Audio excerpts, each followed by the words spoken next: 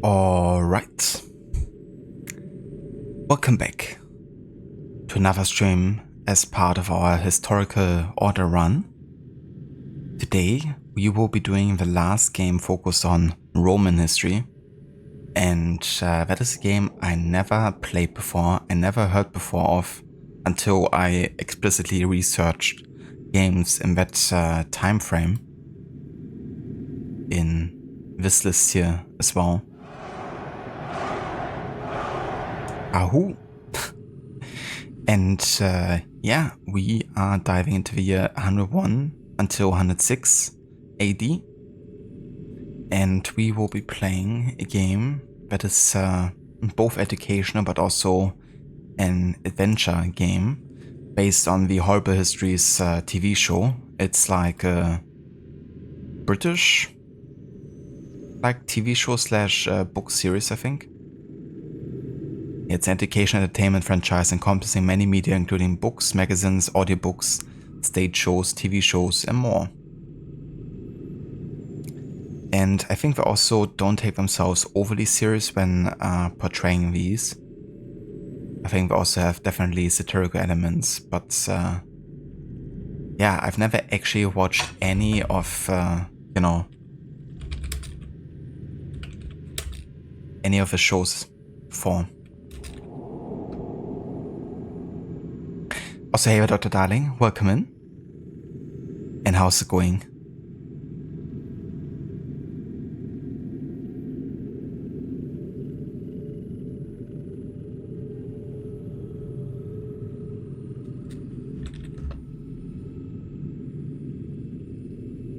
The Evil Emperor song. We could actually have a look into this to give us like a bit of an idea what we might have to expect. Like, I mean, obviously it's gonna be very different in like a game format, but I mean, that's pretty accurate for Caligula, I would say. There's also Thank You to the Romans song. Is there something that isn't a song? The Roman Report. Rotten Romans.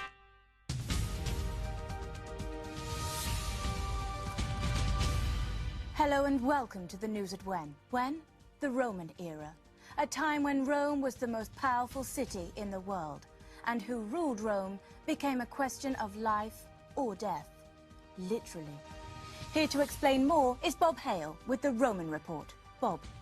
Thank you, Sam. Well, you may have heard that Rome wasn't built in a day, and it wasn't. In fact, it took them a whole year. The year 753 BC to be precise, and there it is, slap bang in the middle of Italy. Rome is founded, and it starts as a kingdom, which means it needs a king. And there he is. In fact, there were several, right up until 510 BC, when we get one called Tarquin. No, don't laugh, and he's a terrible bully. So bad, in fact, that the Romans just get rid of him. Not just him, but kings altogether. Crikey. And Rome becomes a republic. Oh, excuse me, which means it's now ruled by the Senate. 300 elected senators, which makes it a democracy. A bit like our parliament, but with a lot less shouting. And the busy senators have a massive empire to run, so they appoint people to do stuff for them. Lawmakers and governors and praetors and quaestors and aediles and all sorts of other people with silly-sounding jobs until Julius Caesar turns up and says, whoa! There's too many of you and your job sounds silly. Why not just have one person in charge of everything? Someone like, I don't know, me! Yes, Julius Caesar becomes dictator. He keeps the Senate, but basically he's in charge. A bit like Someone like me. With a lot less shouting. Then Caesar gets murdered, yeah! And a fellow called Augustus takes over, and he decides the Senate is still too powerful. So he makes himself emperor and says the Senate can only give him advice. And being emperor is a great job. There's banquets and power and helicopters and money, except not helicopters. And it's so great that everyone wants to be one. People start queuing up to be next. And if they get bored of queuing, then they just kill the current emperor and take over, like this. Brilliant! Until someone kills them, and then someone kills them, and then, well, you get the picture. There's a lot of dead emperors. In fact, if we look at the emperometer, we can see that in 193 AD, there were 5 different emperors in just 1 year. Ooh, with a whopping 6 in the year 238 AD. And between 238 and 285 AD, there were no less than 25 different Roman emperors. 25! And their names were Gordian, and Maximus, and Balbinus, and Gordian, and Decianus, and Sapertecatanius, and Iatopapanius, and Sicket like a Macanus, and Nuela Tuela Gay Telarina Macarena, Quay Telahe Palaligaria Blina, Tola B Tagaria Macarena, Macarena. Hey, back to you, Sam. Cola me Sigaria Raparena, hey, Mocatia La Mira. Horrible Histories. Okay, that was really funny actually. I love this. Especially the part when he said like, why didn't you choose, like a single person to do all of this? Like me. Amazing.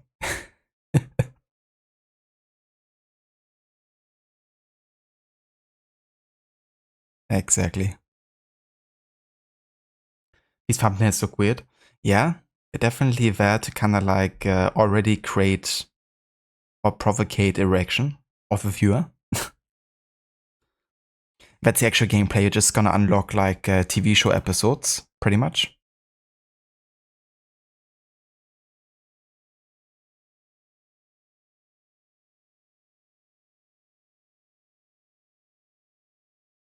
But yeah, definitely gonna be watching more of this. But coming back to the actual game, though, it's a 2009 educational adventure video game themed on ancient Rome as part of the Horrible Histories franchise, which began in 1993. The game was released on Wii, Nintendo DS, and Windows, and is narrated by Terry Derry, the author of the Horrible Histories book series. It is named after Derry's 2003 book Ruthless Romans, his second on the topic after 1999's Rotten Romans. Okay, so it's just about the development here.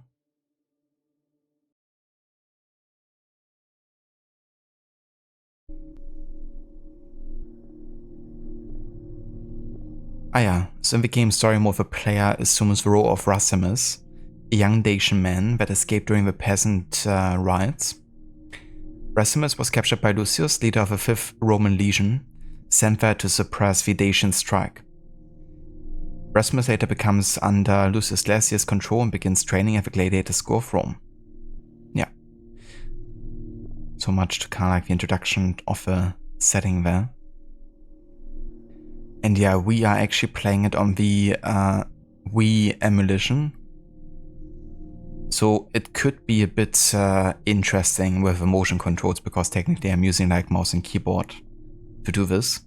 So we have to see how good it works. I had to kind of like rebind some keys on the keyboard, so it doesn't feel quite as awkward when controlling. But yeah, I think we should be good with at least the core gameplay. Not sure about the mini games yet. We will see. But yeah, it's essentially a game when you run around, you talk to people, you learn about history, you have like quizzes, you have mini games, and it's also, I think, pretty short. Not sure if there's anything on how long to beat here.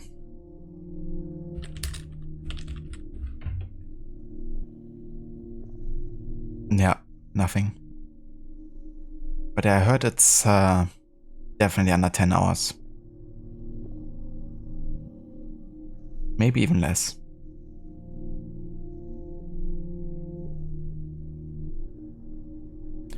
But yeah, so much for the introduction of the game. Let's go ahead and actually start it.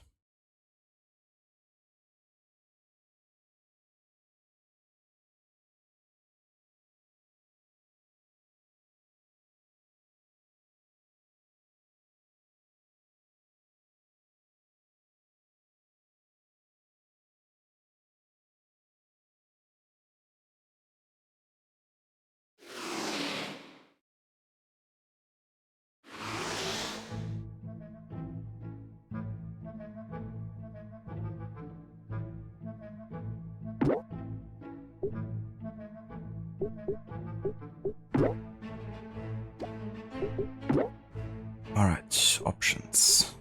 I mean, subtitles, yes. Already activated.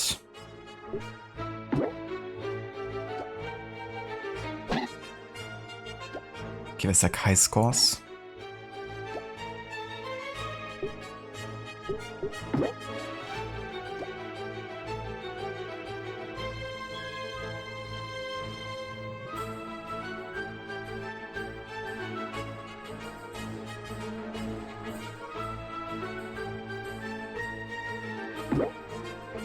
No. I want to continue. I want to start a new game. All history can be horrible, but in the ancient days of Roman Emperor Commodus, it was horriblest of all. That's a statue of Commodus over there, a cruel man. Our story starts in Dacia, where the Dacians dig up gold for ruthless Roman rulers. The peasants are revolting. Well, they usually are. The Roman army sent in their 5th Legion just to sort the rebels out. Loyal and devoted is the motto of these men. Their leader is Lucius Gladius, or Gladius the Glorious, as he likes his men to call him. Disaster strikes. The leader, Lucius, hurts his leg. Oh, he's not so Gladius now. His horses run away, which is the wisest thing to do. If the Dacians capture Lucius, why, they'll kill him. What can this noble Roman general do? Fight on to the death? No. He'll hide and hope that no one finds him. Lucius slips into the darkness of a Dacian hut. He's safe for now, until he looks up. Then he sees 2 bright eyes staring back at him. In the darkness, Lucius sees the strange eyes of a frightened child. He looks at child looks at him. They both look at each other. It's hard to say who's frozen most with fear. A deadly Dacian warrior bursts into the hut. His eyes are not used to the dark, and Lucius hasn't moved, so the Dacian fails to see the Roman. Phew! Lucius, saved, and all thanks to the luck of seeing that child. The Romans win the battle in the end, and then they rescue leader Lucius. Back to Rome. But Lucius has to take that child, a boy called Rasimus, for Rasimus has brought him luck. From now on, that sad boy will be the slave of Lucius Gladius. Lucius calls him Lucky Lad. The years pass by, as most years do, and little Rasimus has made his home in Rome. Lucius Gladius thinks it's time that he retired, before his luck runs out, sort of loyal and devoted, till I hurt me leg in Dacia. Of course he will be bored if he just gives up work, and so he starts a school for gladiators, and he decides it would be fun to let young Rasimus train as one. The slave boy has no choice. The thing is, Rasimus is Lucius's lucky lad, so Rasimus can do the training, but he never must get hurt. He can win the prizes, but not risk a gruesome gladiator end. Rasimus agrees to follow with his master's plan, but little does old Lucius know his lucky lad has his own reasons why he plays those ruthless Roman games. Rasimus fights, but freedom is his aim.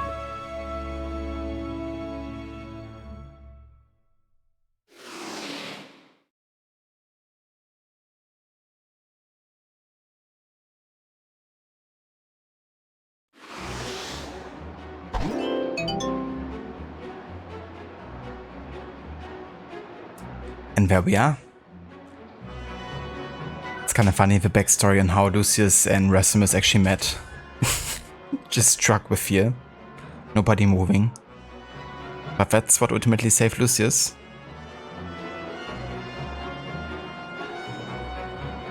But yeah, it is time to earn our freedom.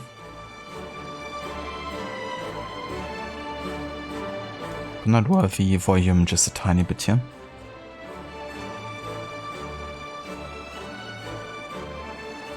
Okay. So find your master Lucius and speak with him to begin your gladiator training.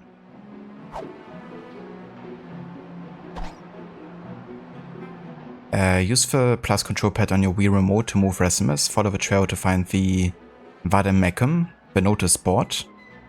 Get Rasimus near it and press the A button to view it.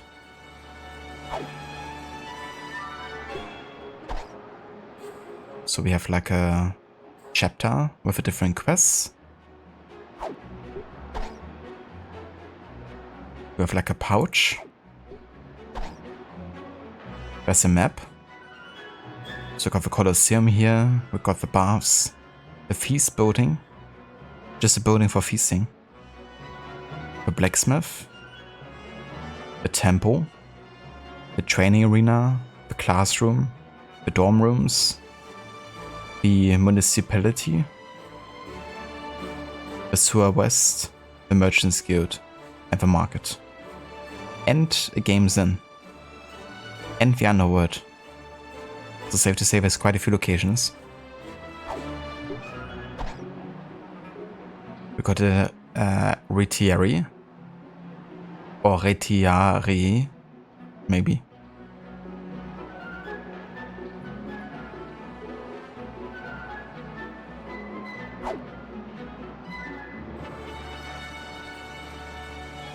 Okay. Can move around. Can't talk to any of these guys, I don't think, can I?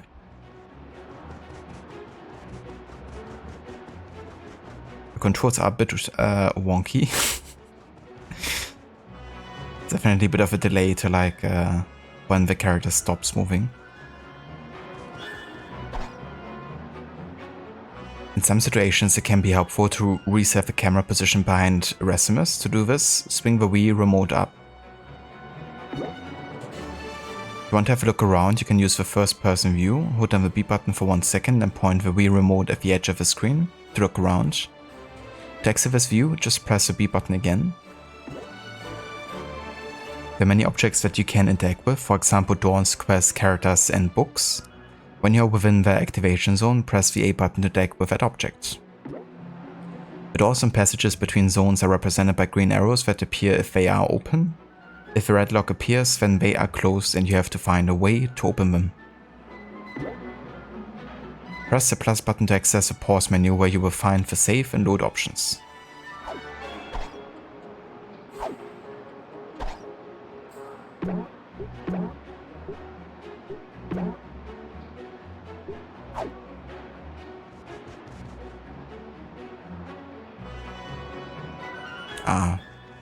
So the reset is kind of like on the mouse scroll button.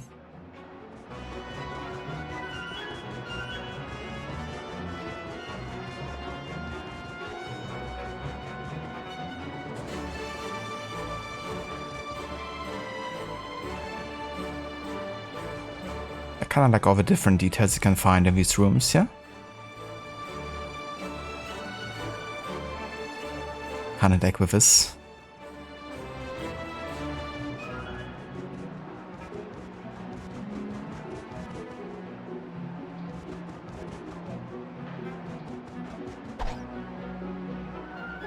When you see a balloon icon on top of a character, this means that you can speak with him, her, and receive useful information to proceed with the story. When you see a blue icon with moving gears, this means that you can interact with a special mechanism in the game. When you see a rotating dice icon, it means that you can play a minigame. When you see a rotating scroll icon, it means that you can play a quiz minigame. And when you see a practice dummy icon, it means that you can play a training minigame. When you see a Colosseum icon, it means that you can fight a gladiator duo in versus mode.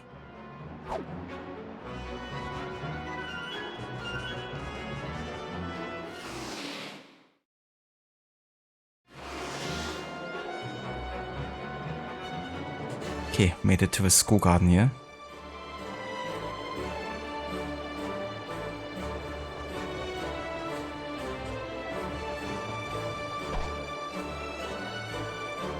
To access the menus, use the Wii remote to point at the icons on the right of the screen and press the A button. There are 4 sections: Diary, Inventory, Map and School Report.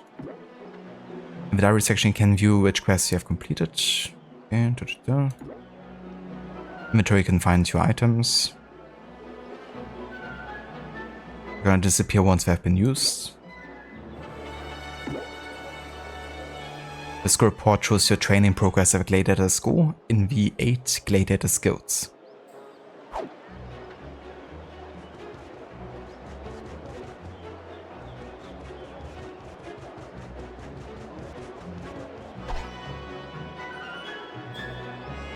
Did you know the Romans brought the gladiator fights to Britain? Battles between teams of armed men, half of which would be sure to lose their lives. The idea of fighting and killing as a game probably began at funerals. People believed that the souls of the dead were kept happy with human blood, and so at funerals they sacrificed prisoners of war and slaves of poor quality. The The funeral sacrifices changed into fights to the death between two men at the funeral. They became so popular that they were taken away from a funeral and put into a huge arena. The fighters became known as gladiators. In Rome, there had been schools for gladiators where a slave could train and fight for a gladiator master. If he won enough battles and murdered enough opponents, he would win a fortune and his own freedom. The greatest prize for a gladiator was the wooden sword, the symbol of freedom.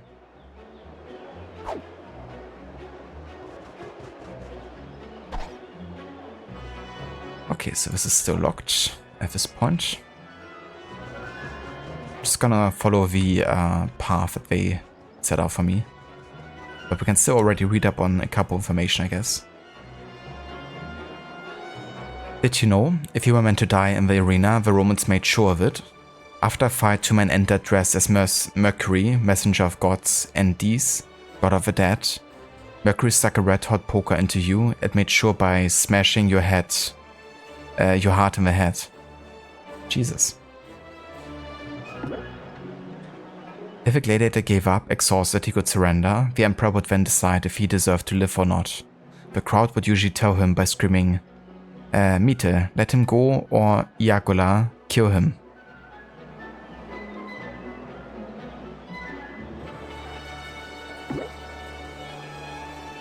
The emperor would signal his decision to kill a surrendered gladiator with his thumb. Thumb down for death, thumb up for life. Man, just imagine like actually being at one of these events. The crowd would go insane, you know, like having this much power about deciding about life or death.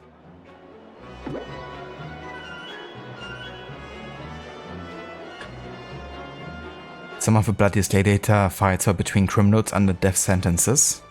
An unarmed man was put in the arena with an armed man. The armed man was then disarmed and the next man entered. As soon as one fell, another was put into the ring. In the arena there would be bears which were chained to a post and tormented for the entertainment of a crowd. Jesus. These Romans were truly ruthless. Bit of animal abuse on top.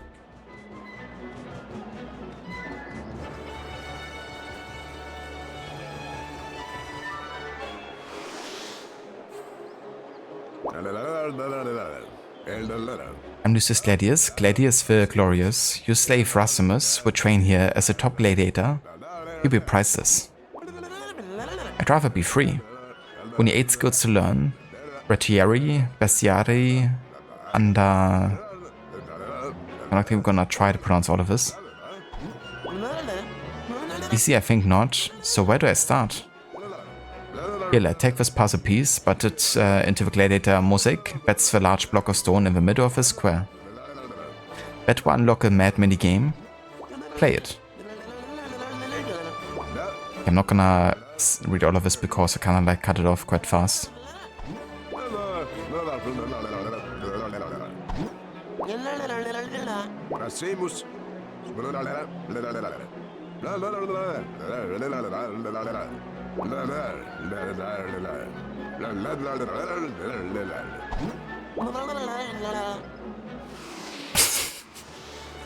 Voice acting wo? Quest done. You spoke to Lucius and now have the necessary information to begin gladiator training. Well then. New quest, complete the gladiator training and learn the 8 gladiator starts. Exactly, Dr. Darling.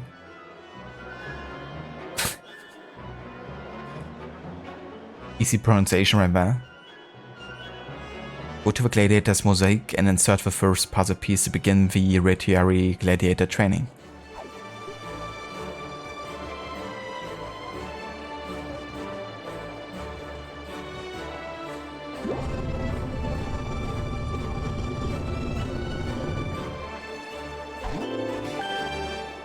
Another quest done.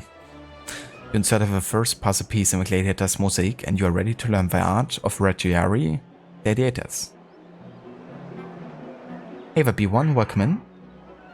It doesn't look like gladiator material. Not yet, maybe by the end of the game. Just getting started with the training here.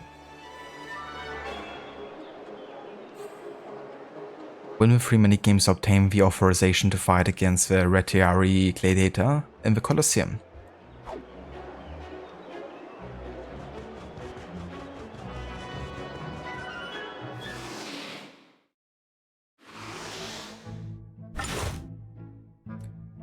Does anyone want to join in and help me face this challenge? You can add and choose up to 3 supporting characters using additional Wii remotes. Okay. I don't have anyone here with me, so we're just gonna do this solo. You're not Hofo B1. That is fair. I mean, getting matched up against these two, I think it would be already a struggle at this point. Okay, Roots. Capture the practice dummy with your net, reel it towards you and then chop at it with your trident. Destroy as many targets as possible within the time limit. Yeah, how to play. Oh, Jesus Christ. I'm not sure we can even do this minigame with a mouse.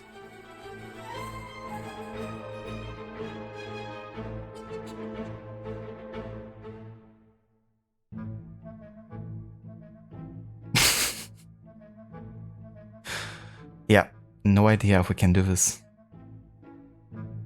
That's the issue with this game, you know, that's kind of like designed for Wii. And you can't really find PC copies. But I'm gonna try.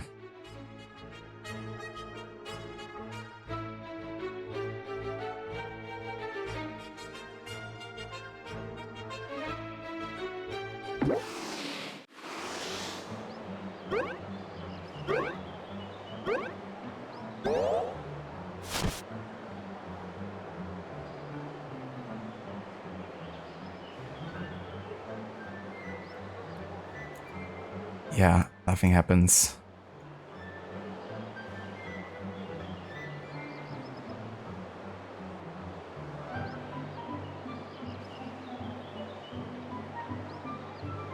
Okay, so this one I basically just can't do, I guess.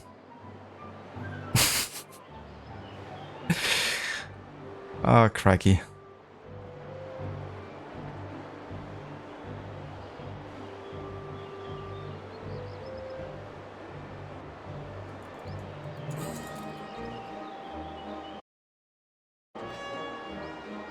Well, we're gonna see what happens if we just fail, I guess.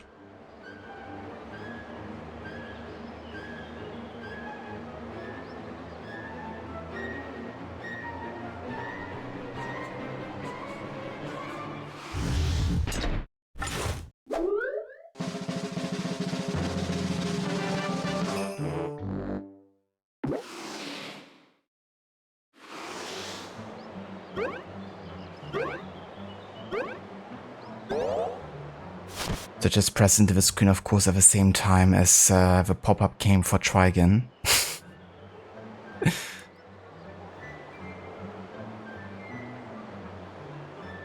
Let me actually search at the same time if there's like any solution for these specific like Wii remote like movements.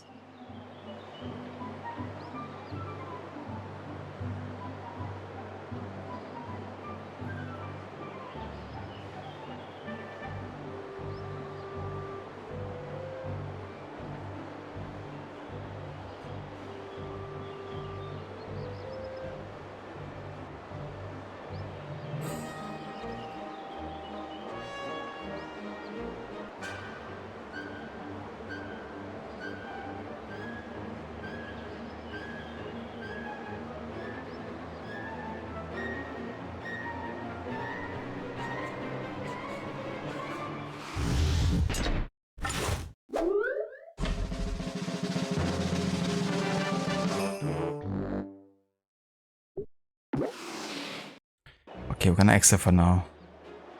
Just gonna do some other stuff. But yeah, it might be that once, you know, a mini game is all I can do in the game, but we kind of like get stuck there. I'm just gonna do as much of the game as I can, and you know, if we get hard stuck, then that's it, I guess. But for now, I'm just gonna keep on doing some other stuff that I can still do. Or at least, you know, like to check out some of the game that I can.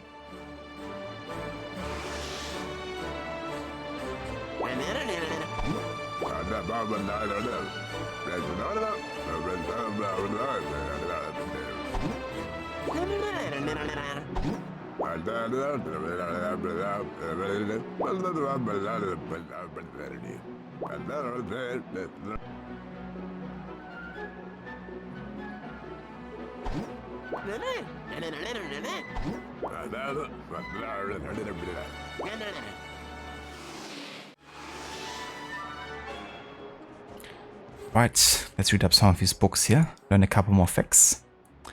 Did you know Augustus Caesar became the first Roman emperor? He was a good emperor, so the Romans thought it was a good idea to have him. Even when a bad man became emperor, the Romans didn't give up on the idea. They just murdered him and got a new one. Emperor Tiberius had his enemies tortured, then thrown off the cliffs into the sea, while he watched.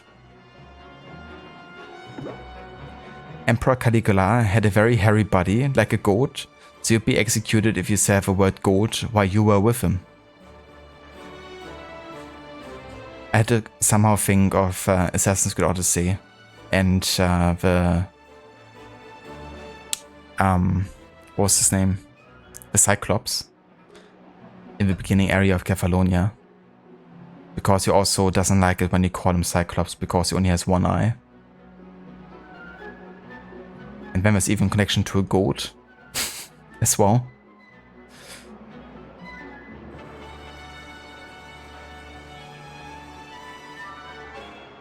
Hey there, Bioshock, welcome in. Good morning. Did you know there's no doubt that Emperor Nero was mad? He told people he was a god, and anyone who refused to call him a god ended up in the sewers. That's of course the Nero we had represented in Rise, Son of Rome. The emperor between 58 and 68 AD. Did you know Nero's most disgusting hobby was to keep a glutton, an Egyptian slave who ate everything he was fed? It seems that Nero really enjoyed watching his glutton kill a human and eat him.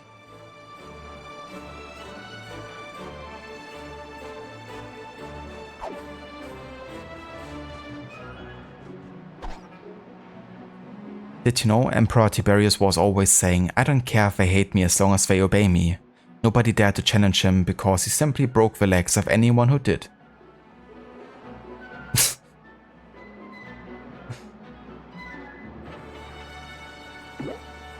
Emperor Caligula made his dear friend Incitatus a consul. Incitatus became one of the most powerful rulers in the Roman Empire, so Incitatus was his favorite horse.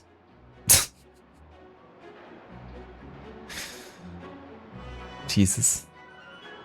Well, when you're emperor, I guess you can do anything you want, pretty much. When Emperor Claudius was getting bored, he watched criminals being tortured and men being flogged to death.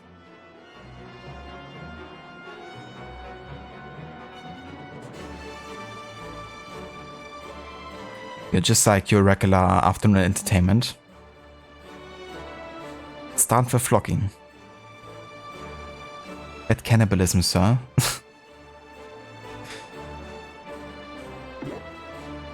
Did you know? One day Claudius discovered that his wife was a bit of a flirt and had wild friends. Claudius not only had her executed, but 300 party friends were too. His niece Agrippina poisoned him with mushrooms. Ah yeah, stabbing and poisoning. That's honestly why ancient Rome would have been like a perfect setting for an Assassin's Creed game. You know, because there was just so much assassinations happening as well.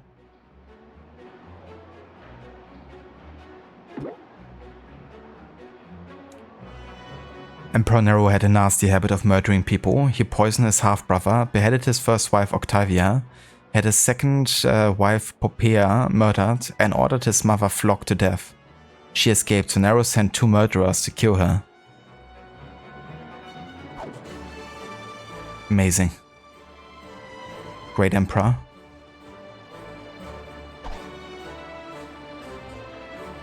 Did you know Emperor Nero didn't like Christians and cruelly persecuted them? They would be tied to a post, covered in tar and set alight. They would be covered in animal skins and thrown to hungry wild dogs. They were crucified in large numbers. Yeah. One of the crucifixions I've actually done was also the other way around. Basically, you know, put you with the head to the ground first and the legs up, so all the, you know, blood was basically flowing into your head and then would, like, you know, make you bleed and stuff. I think we've done it to Paulus, but I could be wrong.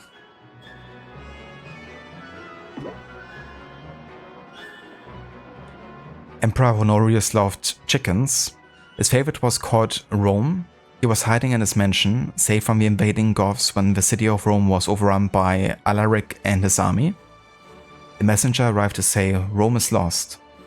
Honorius was heartbroken. Because of a chicken. Emperor Caligula executed people when auctioned off their things. If you wanted something, you nodded. One senator, Aponius, kept nodding, falling asleep. When he awoke, he found he had bought 13 gladiators that cost him 90,000 gold pieces. Amazing. It's like, let's just use the fact that he's like falling asleep and nodding constantly.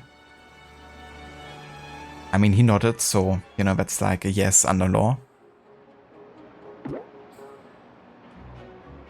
Julius Caesar believed in fate. If he was to die, there was nothing he could do about it. A fortune teller told him not to go to the Senate on his 15th. Caesar was murdered on 15 March 44 BC, at the Senate sustaining 23 wounds. Also called the Ides of March. And the moment we've seen in Assassin's Creed Origins, right at the end of the main story. Did you know Julius Caesar's killers made the mistake not killing Mark Antony too? They only wanted to stop Caesar from becoming king. But Mark Antony led a campaign of vengeance to destroy the killers. Brutus committed suicide when Mark Antony defeated him. That's also something that gets mentioned in the Hidden Ones DLC. Where Brutus and Cassius both died, I think, as a result of the assassination on Caesar. Did you know after Julius Caesar's death, Octavian, his grandnephew, became the dictator that Julius wanted to be? He changed his name to Augustus Caesar.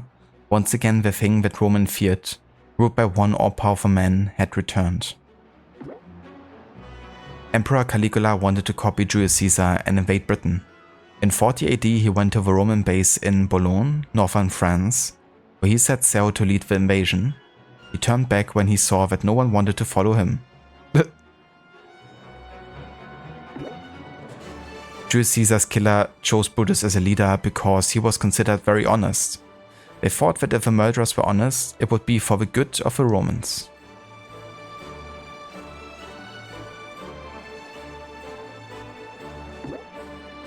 Emperor Caligula's real name was Gaius. Caligula was just a nickname meaning little boot. This was because he liked dressing up and playing at being a soldier from a very early age.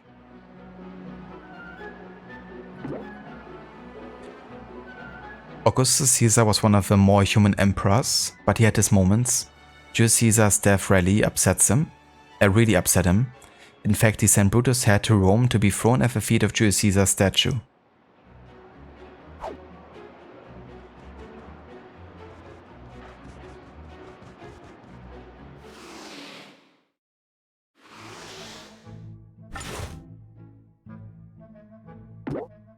Okay, that should be a quiz.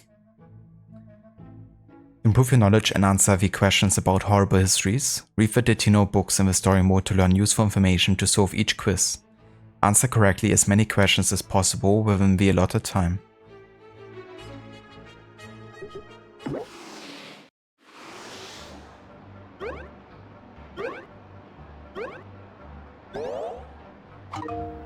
Question 1.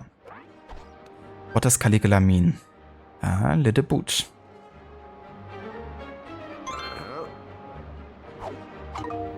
Question 2. What did Caligula do after he had executed somebody? Sold their stuff. Question 3. Emperor Tiberius had a bad habit of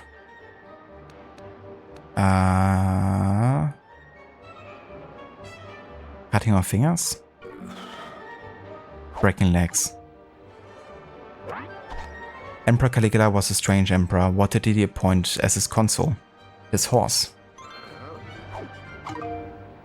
Question 5. Emperor Nero didn't like Christians, so he covered them with animal skins and had them thrown to hungry dogs. Why was Brutus chosen as a leader of the killers for Julius Caesar? He was honest. Who avenged Julius Caesar's death? Mark Antony. What did Emperor Nero love to watch his glutton doing? Eat humans. Emperor Honorius had a particular kind of pet that he named Rome. Which animal was it? A chicken? Emperor Caligula's body was hairy as a goat.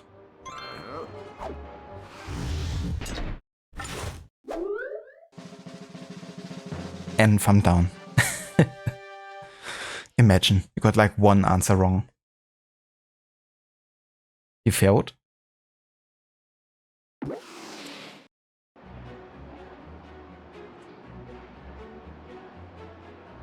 Alright, very cool. Got our first quiz finished. Let's talk to our teacher then.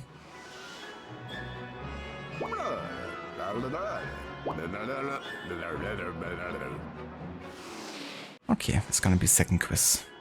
Cool. Yeah. Oh, let's see if we can do something that isn't a mini game that requires me to do specific remote stuff with a mouse that I can't do. Let's go over here.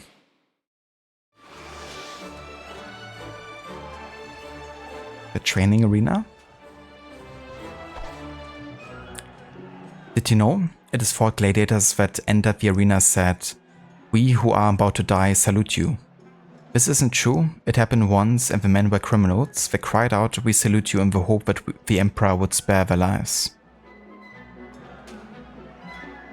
That is actually interesting because in Assassin's Creed Odyssey, when you go into the arena, that is what the announcer actually screams. "We who are about to die salute you." It's kind of funny that it's also something that isn't actually correct. Or at least confirmed to have happened often.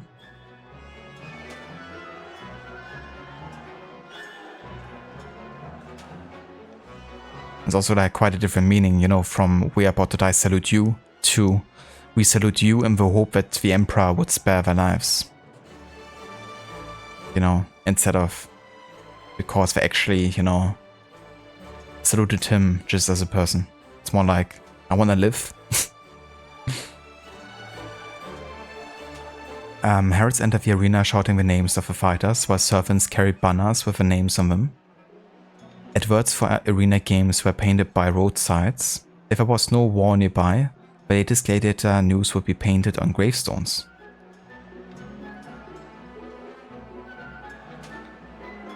Dr. Darling, ancient Greece didn't have gladiator arenas either, so the whole thing was wrong. Yeah, definitely felt and looked quite different to, you know, like Roman arenas for sure. But they definitely seemed a bit out of place.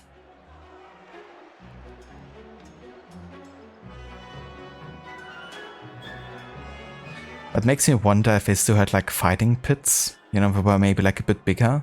They would like have tournaments in. That maybe would explain why they represented the arena like that. But certainly very different from, you know, the Roman like arenas with like a huge audience and stuff.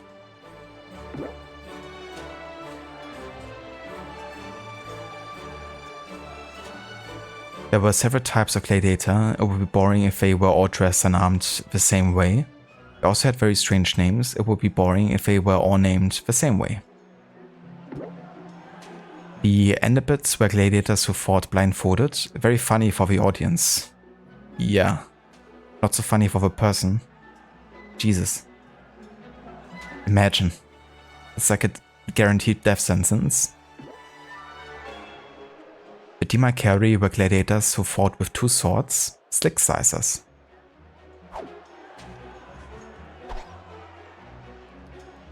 Did you know Retiari were a particular type of gladiator who fought with nets and a trident? A bit fishy that.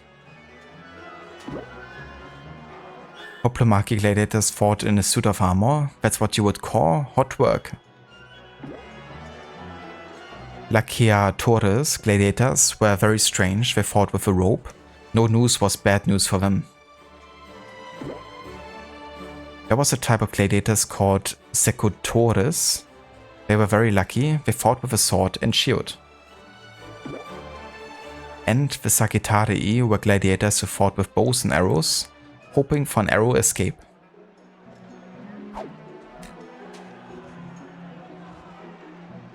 I think it would have been cool in AC Origins, for instance, if they actually had like so many different like enemy types fighting you, you know?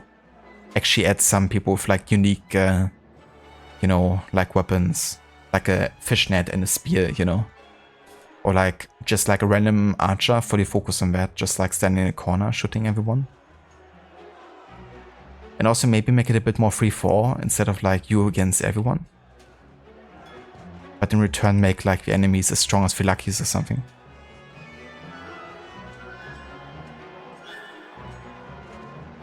That would have been quite a bit of effort to get all of it, you know, done.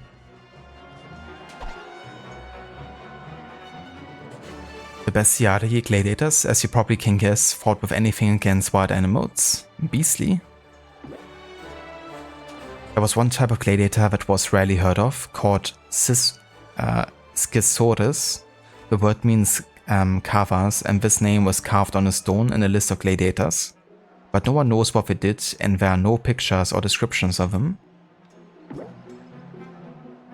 Most gladiators were slaves, but some freemen chose to be gladiators. If they did well, they could be rich. However, to join the gladiators' school, they had to sign a contract, agreeing to be burned, fastened, whipped, and even killed by their master. Some women became gladiators. The poet Juvenal wrote a poem saying they were a disgrace to their husbands, and a joke as fighters. Emperor Septimius Severus agreed banning women fighting, but they could still be thrown into the wild animals. Jesus.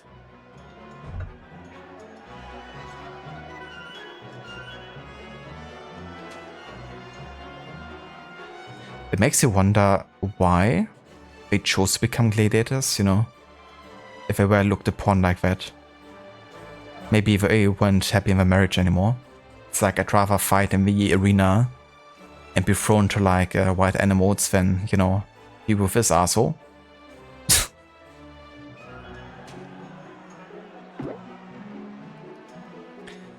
Not all the criminals wanted to die in front of a screaming crowd. Some killed themselves before entering the arena, being always guarded. Oh shit. Gonna click that away. They went to the bathroom and pushed the toilet sponge down their throat till the sharp stick killed them. Jesus.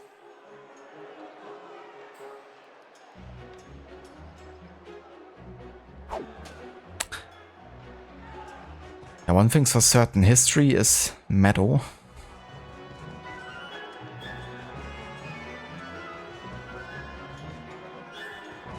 Okay, let's see if I can actually do this then. The training.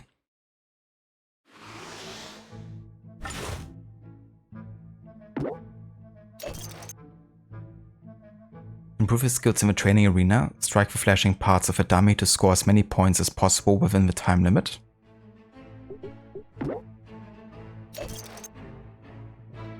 So point at the flashing parts of a dummy, press the A button to strike the dummy at location. That seems like a mini game I can actually do.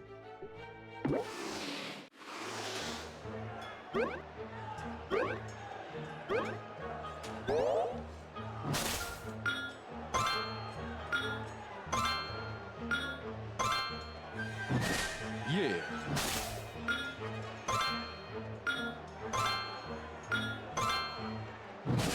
Yeah.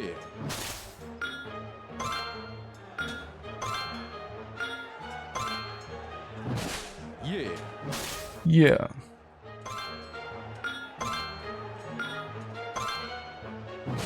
Yeah.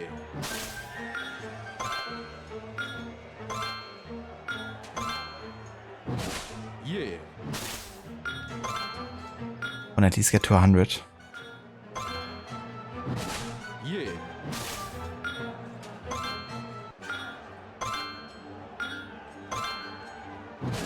Yeah.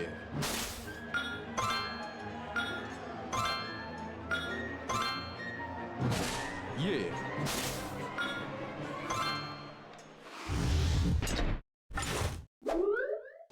125.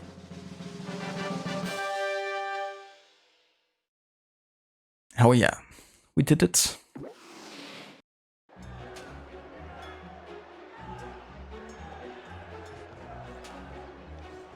Alright, that's my first training finished.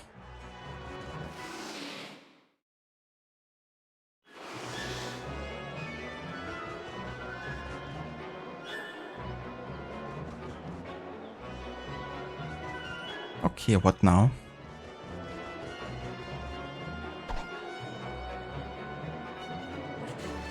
Sometimes the arenas were filled with waters to make Rio naval battles with warships? Jesus. Some victims of gladiator shows were people who were charged with the crime of being Christians. So the show in the arena was just an excuse to execute people that Romans didn't like. During a break between gladiator fights, there was non-violent entertainment like animal shows you can see today at the circus. Elephants traced Latin words in the sand, and tigers licked the hand of their trainer. Spectators found this very amusing. Not all gladiators fought to the death. Gladiators cost money to feed and train. No one would spend money to see it wasted in a few short chops. Top gladiators lived to fight again. Only criminals were sent into the arena to fight to the death. The criminals who were meant to be slaughtered in the arena were badly trained. They were called Noxii and had no chance to survive. The top gladiators could win a lot of fights and at last win their freedom.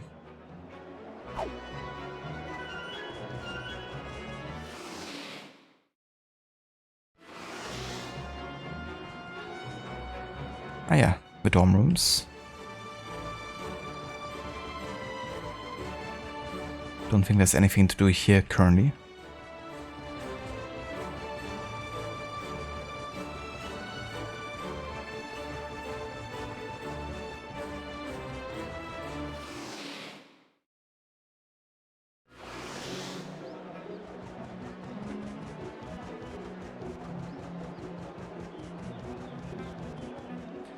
Yeah, unfortunately I can't do this right now. I'm gonna have a look for sure if there's like some way to emulate that particular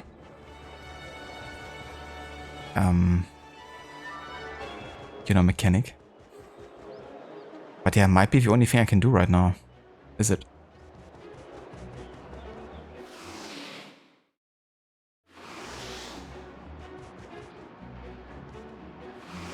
Or can I do another quiz?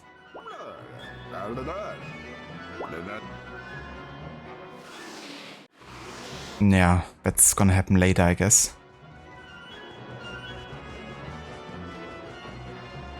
Yeah, I think that might be where we're locked out. Because this is still locked.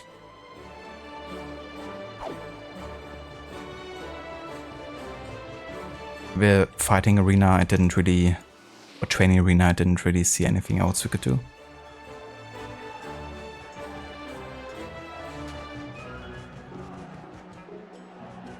Yeah, can't go up here. Let's have a look at our quest log then, I guess.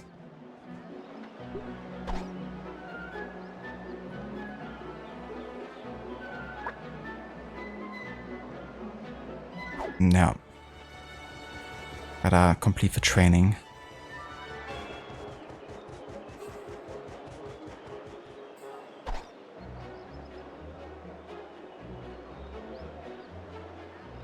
Did you know sometimes the fights were between wild animals and armed men? Caesar had a moat built around the arena to protect the spectators from the animals. During gladiator fights, you would have seen men against panthers, lions and tigers, but the men were usually heavily armed with spears, flaming torches and bows, lances and daggers. Some even took a pack of hounds into the arena to help them. In the arenas it was not rare to see men with cloaks against boats, as we can see today in Spain. One day a spectator made a joke about the emperor, Domitian. He was taken out of a crowd and thrown to a pack of hungry dogs. Jesus. Romans really liked animals fighting in the arena. Once in AD 80, 5,000 animals were killed in the Colosseum.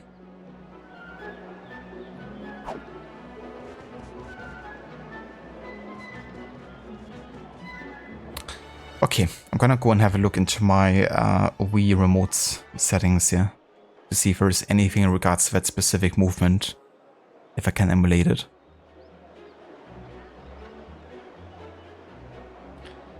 Okay, controllers.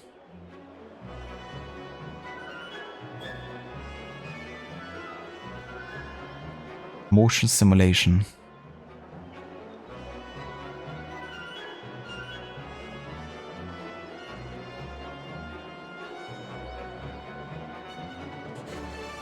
Oh yeah, there's like a forward and backward kind of thing. With tilt, there's also something for swing.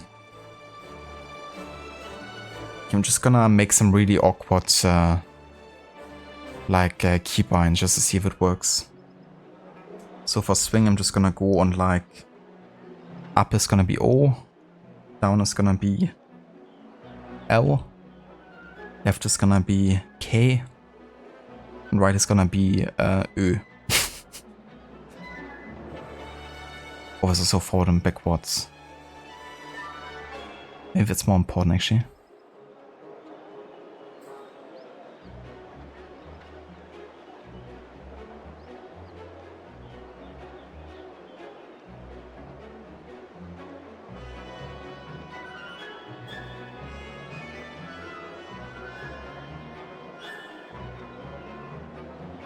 Okay, let me see if it actually works.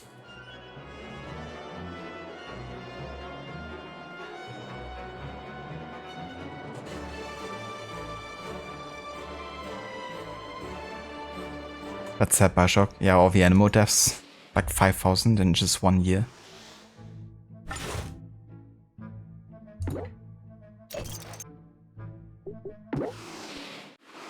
Yeah, I have no idea if this actually works.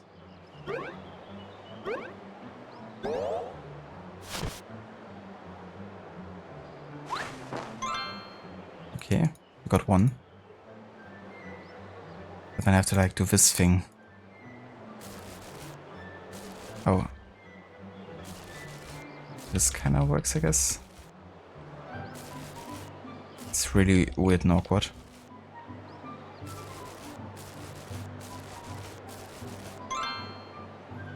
Okay, so now I have to like step him. Okay, that kind of works.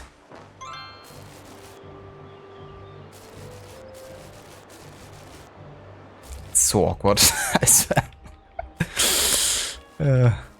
But hey, at least we got it to work somehow. Not sure if that's gonna be enough points here.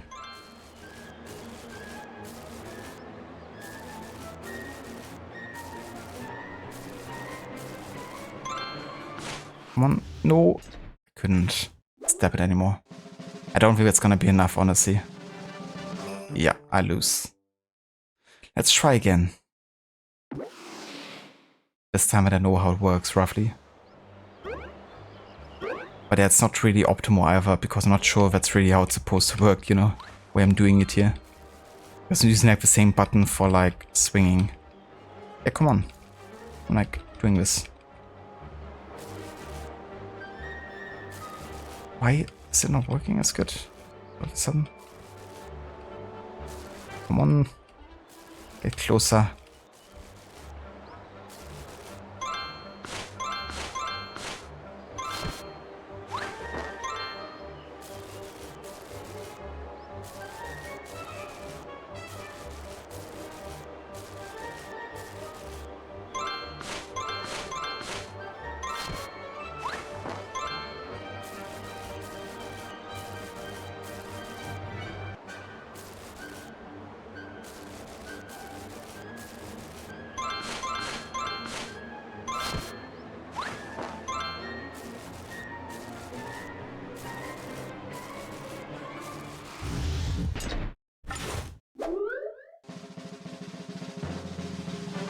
Yes.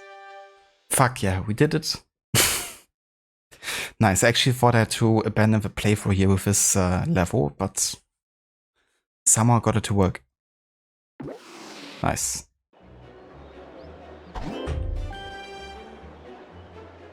Alright, quest done.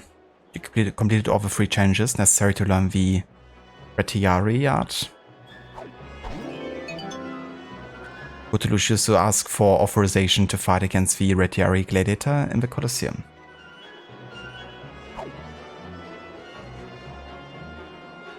Hell yeah, everyone.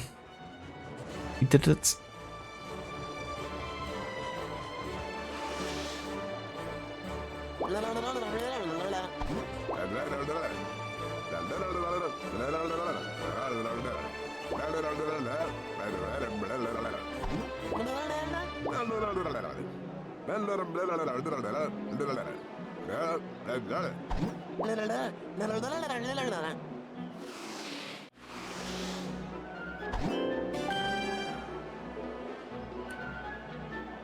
Receive permission from Lucius to fight against the Retiari gladiator in the Colosseum. Go to the Colosseum and defeat the Retiari gladiator to obtain the second puzzle piece and the first gold armor piece.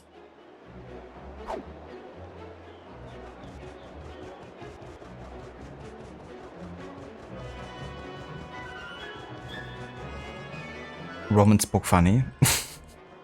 Yeah, imagine that's what they sounded like. That's kind of funny because you don't really know how Latin actually sounded like with the pronunciation and everything. You of course know how it was written and likely might have sounded like. But it's funny that they just don't even bother narrating it in this game, they just let them talk gibberish.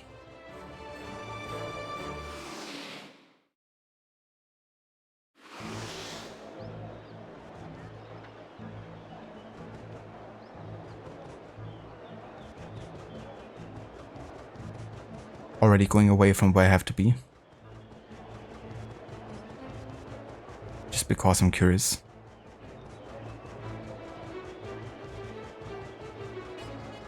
Okay, this is locked off. I can talk to this person more.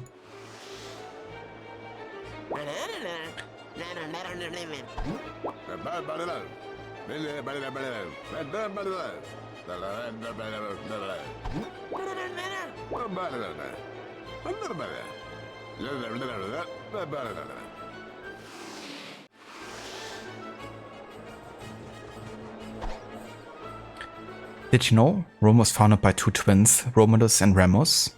When newborn, they were placed in a basket and thrown into the river. The legend says that Romulus and Remus were found on the banks of a river by a woodpecker and a she-wolf that raised them. Between 246 AC and 146 AC, Rome attacked Carthage 3 times and won. These battles were named the Punic Wars.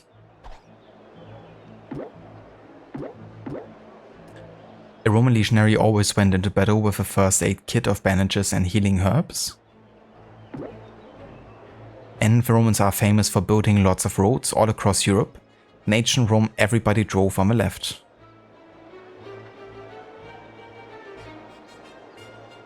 You get Simpsons vibes from the art style. That's true. It is quite similar actually, sometimes. Also with the faces and stuff. Also, I should definitely have a save here.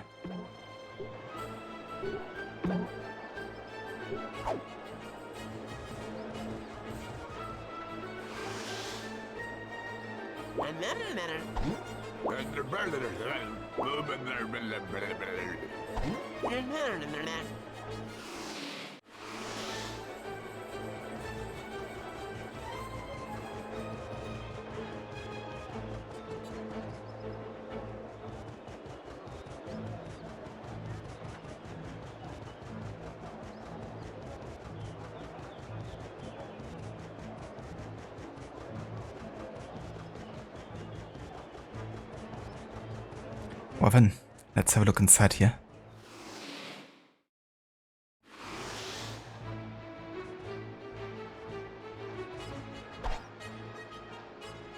In Pompeii, an arena holding 20,000 people was built. People came from New Syria who hated Pompey. They wrote graffiti and shouted nasty things. In the end, a sword fight erupted. The emperor was shocked and banned all games in Pompeii for 10 years. Jesus. During the games in the arena, posh people gave food and gifts to the plebs. The very rich ones gave out gifts as at the New Year. In Roman Alexandria, a rich man paraded a wagon through the streets with the motto of a cave built on it. Doves were released from the cave with long ribbons tied to their feet. The poor could grab a ribbon to catch it off and eat it. The greatest gift givers were emperors. Some would give out lottery tickets at the arena. Emperor Heliogabalus gave slips of paper with prizes written on them. He had a nasty sense of humor though. Some prizes included rotten carrots and stones. What a dick. The Romans built the Circus Maximus to watch chariot races. It was more popular than the Colosseum because men and women could sit together, but wasn't allowed in the Colosseum. Huh. Interesting. Makes you wonder why it wasn't allowed.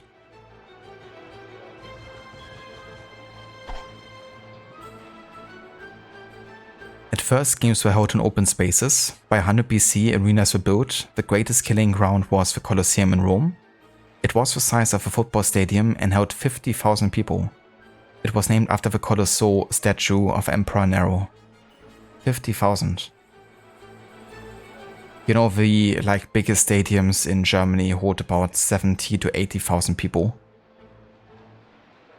And you know, imagining 50,000 people in ancient Rome sitting in a stadium is a crazy thought. Especially when you think about the noise.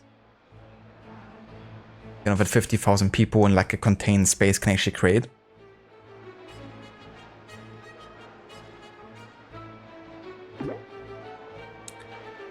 The Colosseum has large columns cemented together. They were actually supposed to be pinned with a big iron pin, but some funny chaps kept pinching the pins. Games are usually fought on sand, but Emperors Caligula and Nero like colored dust instead. They mix white and greenish blue dust with red dust. What a pretty place to die. The poet Ovidie said arenas were a good place to meet women. You just ask, may I borrow your program to see what's on? Programmers sold in the street were always the same. Morning, animal hunt, lunch, execution, afternoon, gladiators. The Colosseum was made of stone, making it safe. Early arenas weren't safe. Some collapsed, killing as many as the Great War. Emperor Caligula didn't have a big arena collapse in his time. He said, what a shame. It must be interesting to watch.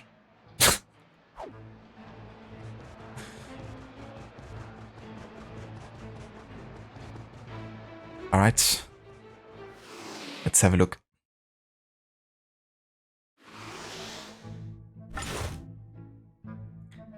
Defeat your enemies in the arena. Choose between 3 different attacks to successfully damage your opponent.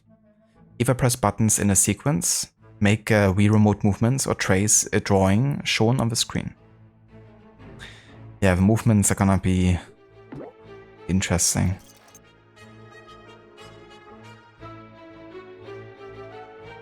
Okay, so drawing should be easy. Complete the sequence of movements displayed on the screen, but more to the left and right. Up and down, I hope. And we have to press A in the sequence. Yeah, this is the one I'm concerned about, because if it requires me to do very special movements, then I might not be able to do it. But we're gonna see.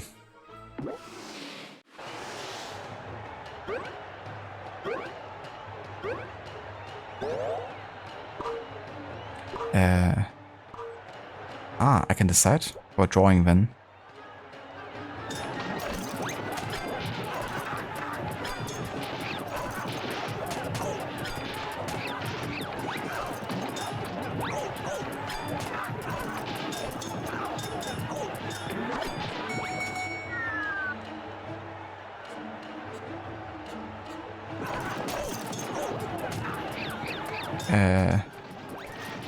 What do I have to do?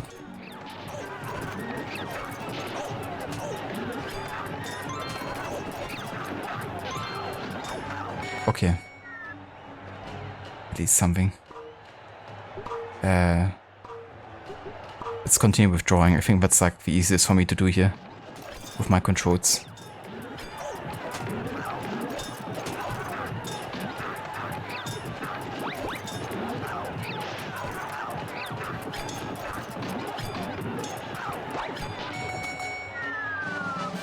Oh yeah.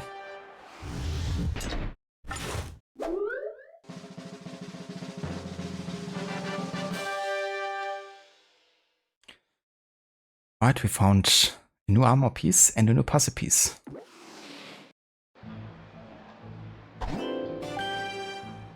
Nice. You defeated the Retiari Gladiator, you received the second puzzle piece and the first armor piece. The goat shoulder guard. Go back to Lucius Gladiator's school and insert the second puzzle piece into the Gladiator's mosaic to begin the Bestiary Gladiator training. Let's do it. Alright, so far so good. It's definitely nice that I can choose, you know, because then I can avoid the ones that are kind of like trickier for me to perform.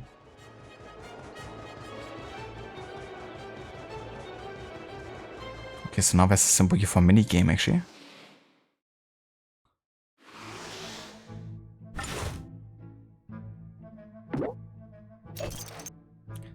Find matching pairs of cards to earn points. If you guess correctly, you get to play again. Find all the pairs within the time limit.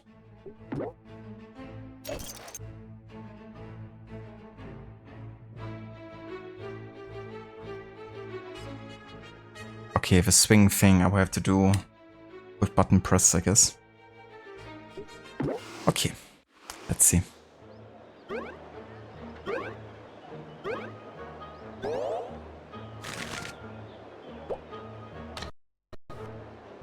Okay, we got the hat. Oh, Jesus. How lucky was that?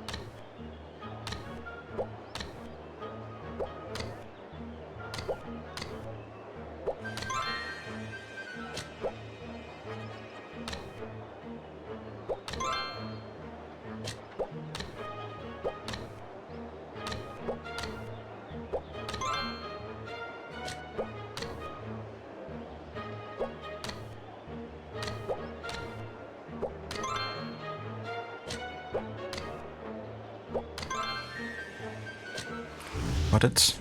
It's a bit like Memory, isn't it? Been like a game I used to play as a kid, but haven't played in like ages.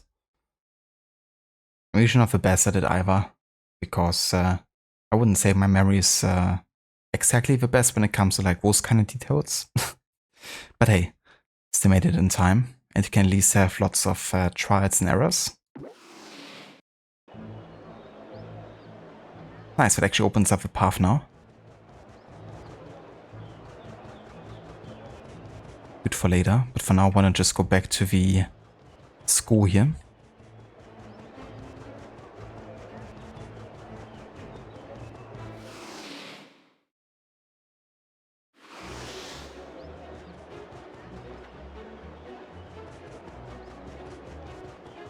Ah yeah, we also have our inventory rights, so I might want to equip the actual armor piece, but maybe I can't.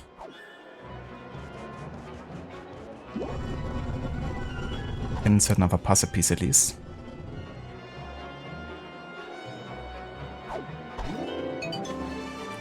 Okay, so we have 3 minigames to obtain the authorization to fight the bestiary, gladiator and the Colosseum.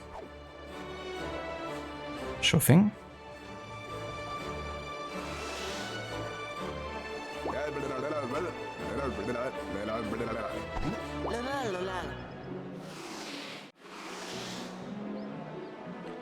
And also give me 1 sec, I'll be right back.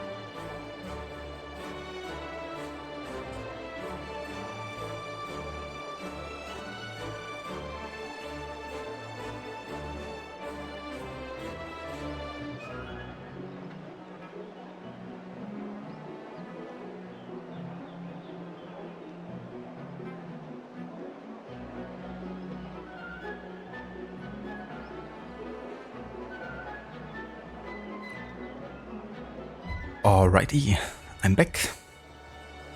Let's do some more mini games, I guess. What is this? And most importantly, can I do this?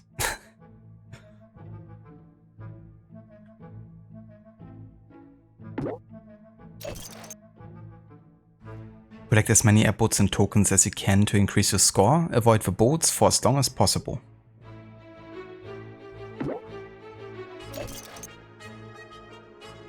Point the Wii remote at the arena to move your character. Okay, that's easy enough.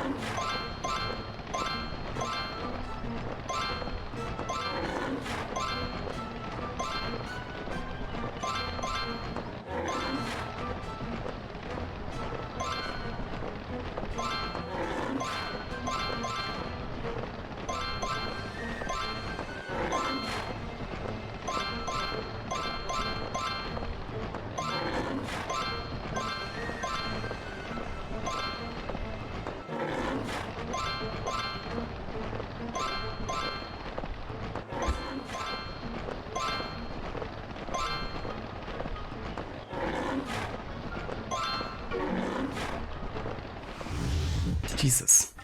Got 430 points. We had to get like 80. To be fair, I think I have quite the advantage on mouse and keyboard. Because doing this with like a remote control would be much more difficult than, you know, having like the precision of like a mouse. And a gaming mouse at that. But yeah, that was quite the high score, I would say.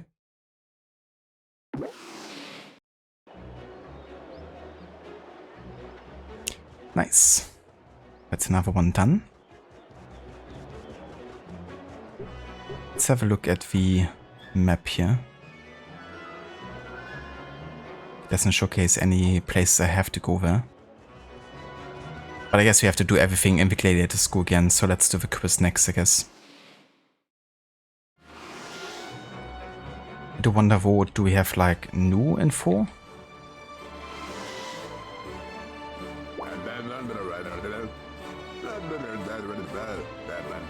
Read the Azure books in the Gladiator. What's the building? The speech bubbles disappear so quickly sometimes.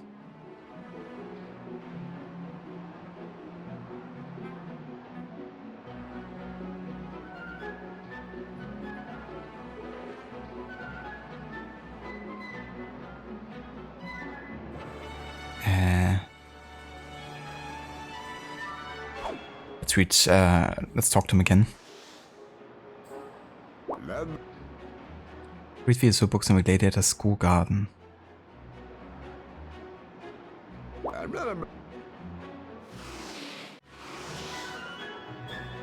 Okay, I mean, we did kind of read them already, right? So we should be fine. I probably don't remember everything, but I'm just gonna do it.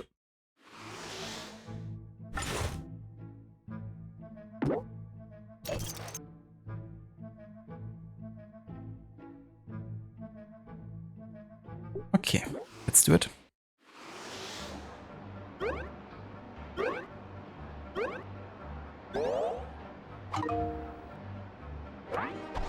What were the criminals badly trained to fight in the arena court? Noxy.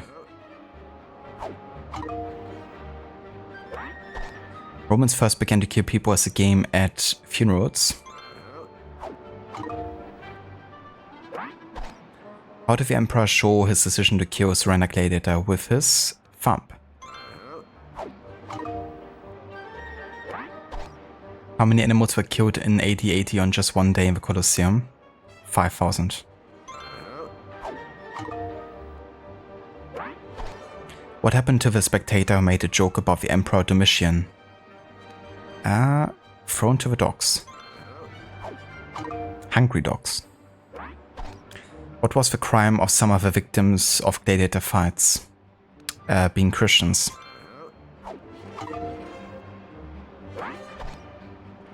Where were the funeral fights moved to?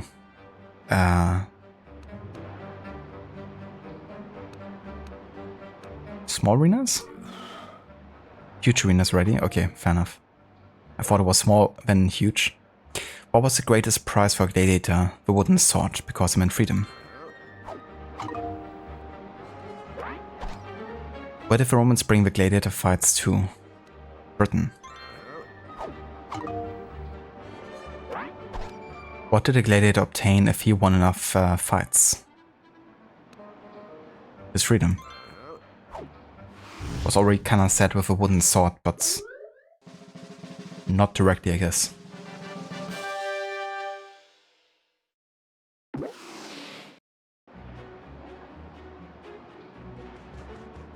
Alright, cool. That's a quiz done.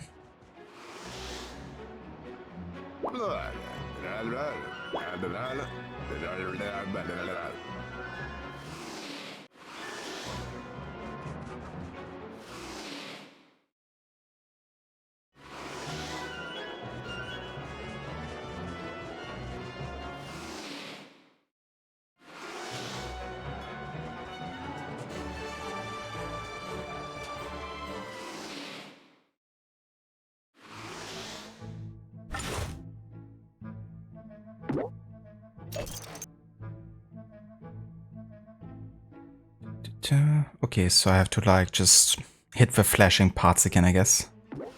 Let's do it.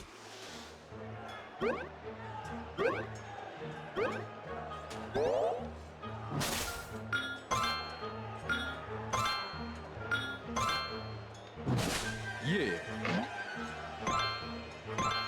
Yeah.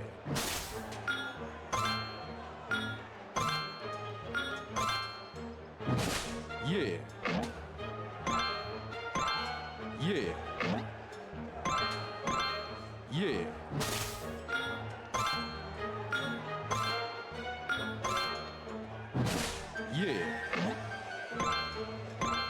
Yeah.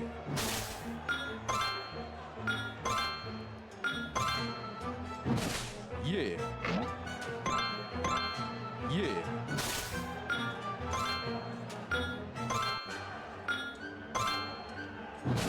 Yeah. Yeah.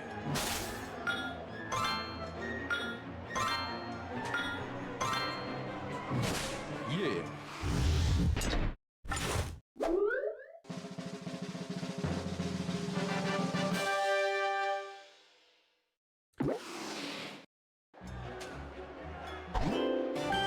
There we go.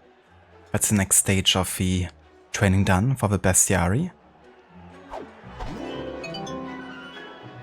Oh, let's go and ask for the authorization for the next gladiator fight then.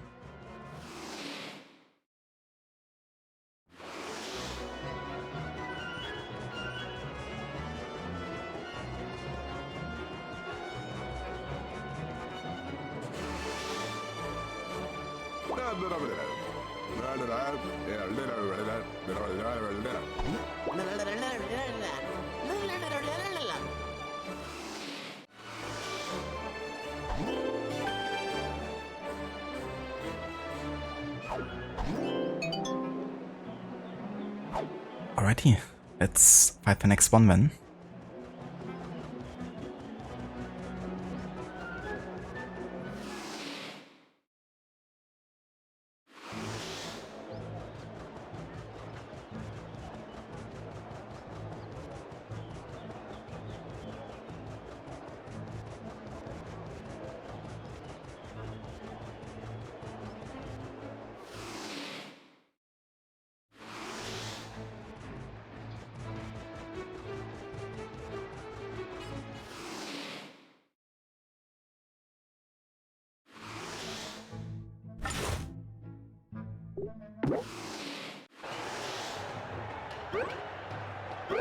It doesn't look very convincing.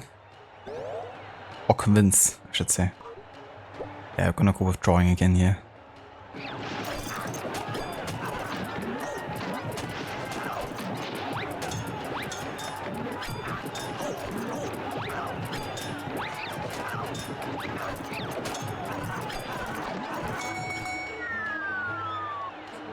Yeah, pretty good damage.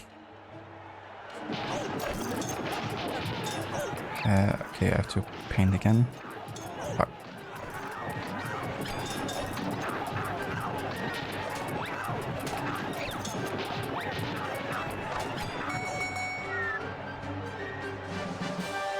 Easy.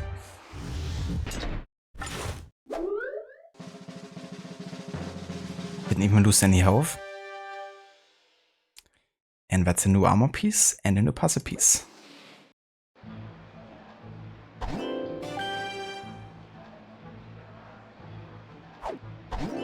Got the boots now. And it's time to start the next training already.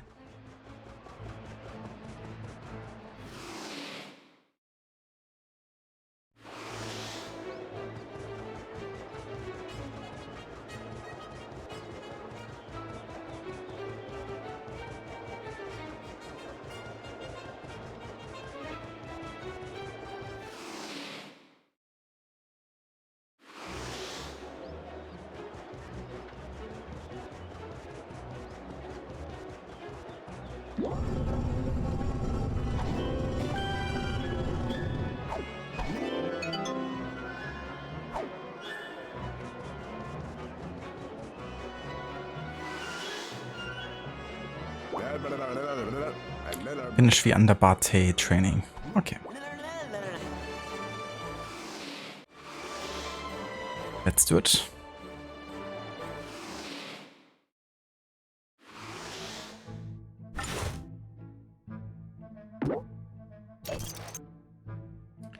Yes, and the animals using only the sense of hearing use the sounds to understand if it's an animal that crawls or slithers, flies or walks, and hit it. Wait, what? Swing, move it up to hit an animal that walks, and swing remote down to hit a crawling or slithering animal. Jesus. That's gonna be awkward as hell. But hey, I'm sure we can do it. So basically, just up for flying, down for crawling, and walking forward. But the issue here is that I think forward and up is the same. Hold up. Gonna have a look real quick again into my configuration.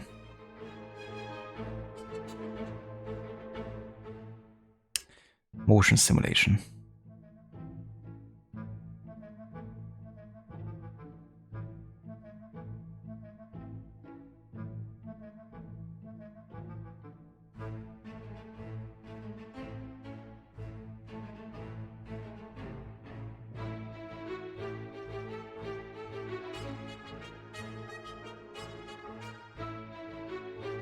Fuck it, I'm just gonna try it and see if it works.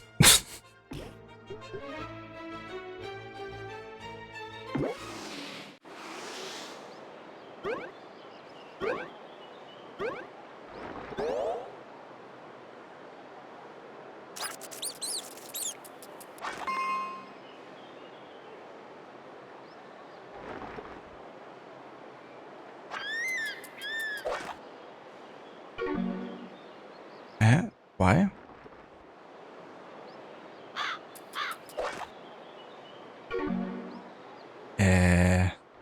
Pressing up.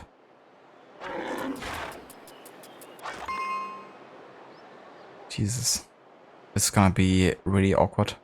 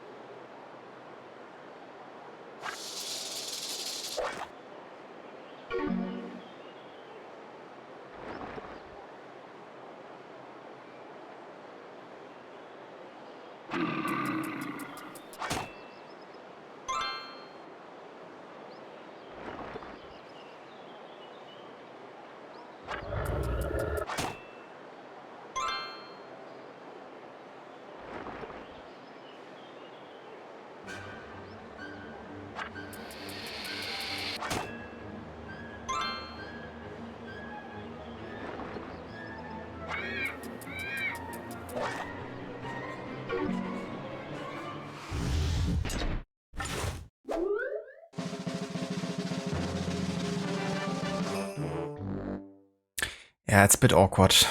I mean, at least the crawling and walking has worked. Like walking for some reason was like up and crawling was down. I'm not sure how to deal with the flying thing because both of them didn't work out there. But definitely I have to respec my settings of a controller, motion controller in that regard again.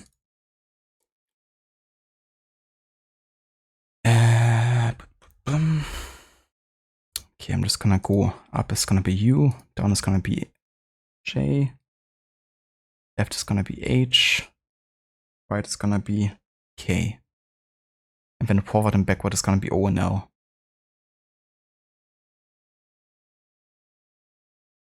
Thing is, do I need even left and right?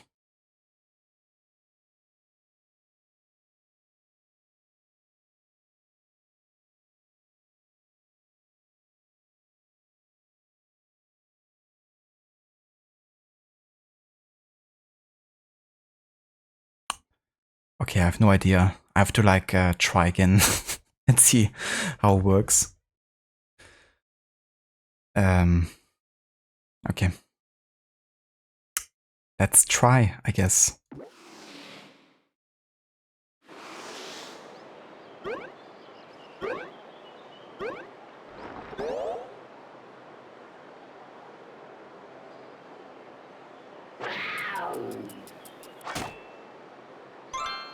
Okay, so that works already.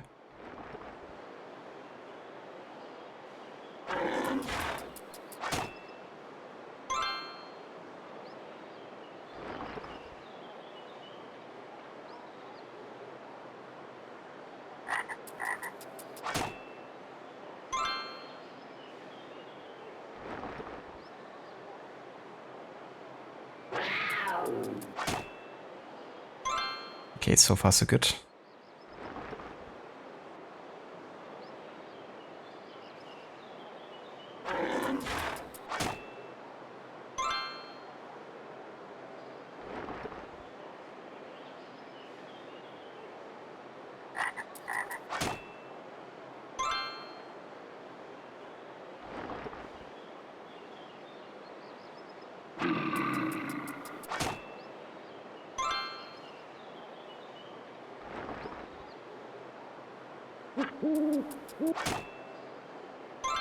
Okay, figured it out finally.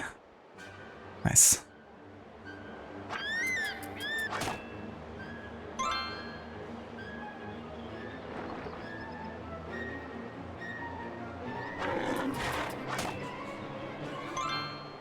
Oh yeah, I didn't even have one fault for either.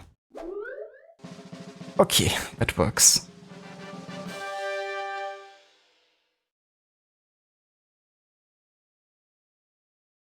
It's definitely quite awkward on keyboard to say the least, you know, emulating like motion controls, but we make it work.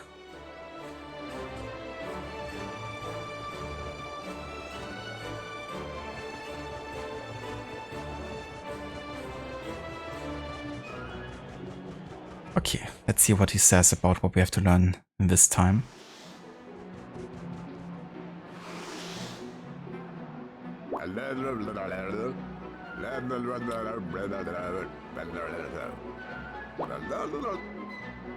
Okay, the Violet books. Or we can have another look around, maybe I missed some.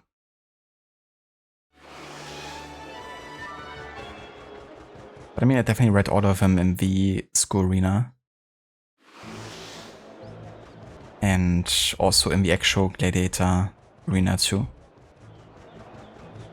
But maybe there's a couple like outside. But were there a Violet for in the arena? Let's have a look. There were like, okay, there's one. We definitely have read this one.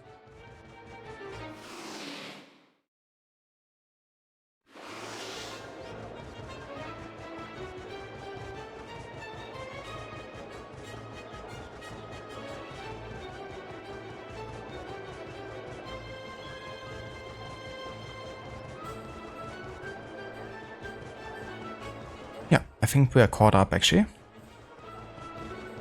So let's do the next quiz.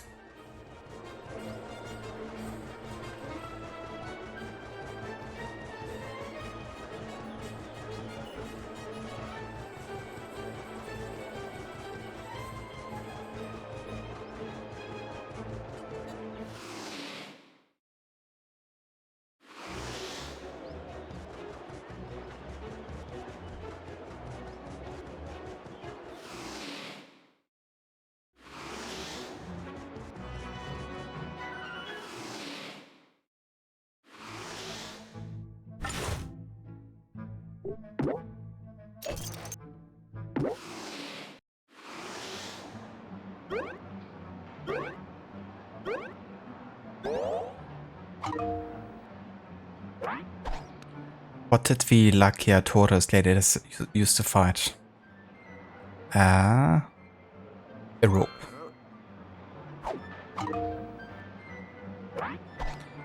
Hoplomaki gladiators were dressed in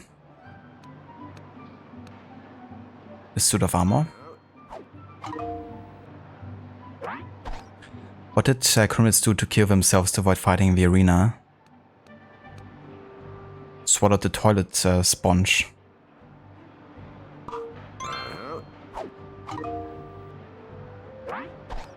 Where did the painters write the latest Gladiator news when there wasn't a war to write on?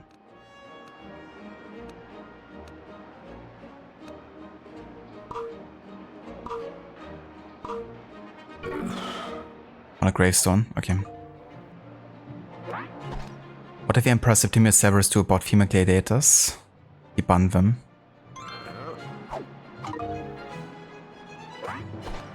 Why was the arena a good place to meet women? Because...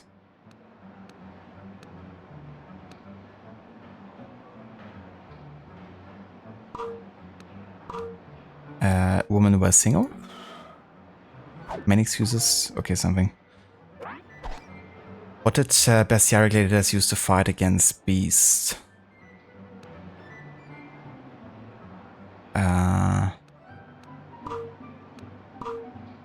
Spears? Anything? Okay. I'm totally failing this quiz. What did the Sectores gladiators have in battle? 2 swords? Sword and shit? Jesus. I don't remember all of these special names. What did Nero and Caligula use to decorate the Colosseum? Colored dust. What did the Sagittari gladiators use to fight? Bow and arrow? I think I only got like half of them right this time. But I still won. I take it. I done the first 2 quizzes quite well. One of them had to go wrong. But also a bit since I actually read up all of this information. But yeah, knowing about all of these like actual terms for gladiators, that's the worst. I can't even remember names of people, let alone Latin names of, you know, like gladiators. But yeah, that's 2 of the 3 steps done. Let's go back to the gladiator school arena.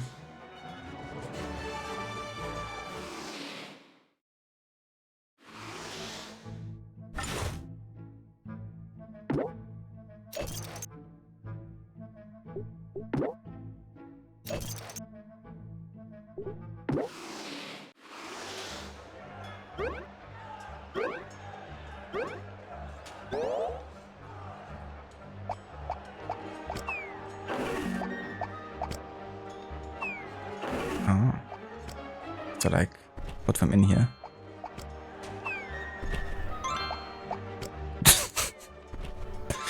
Okay then. Yeah.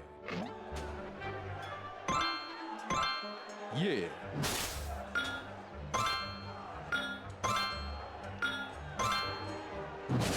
Yeah.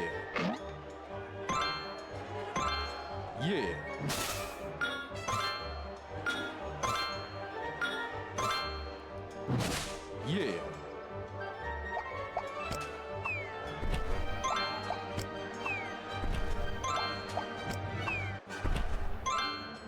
Yeah.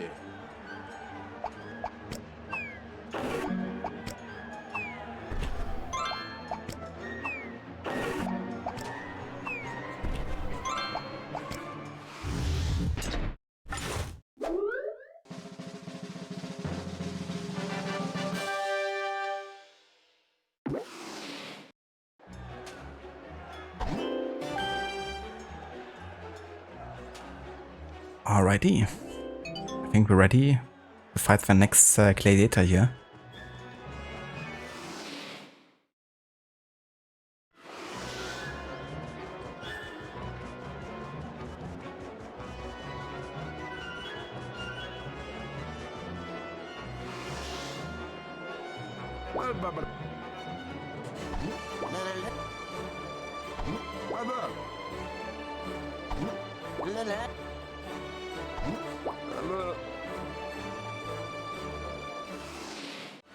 Nice. Got a bit of money.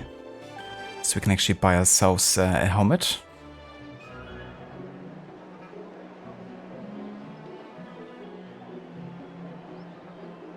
So what is holding me back from actually buying it now if I already have the money?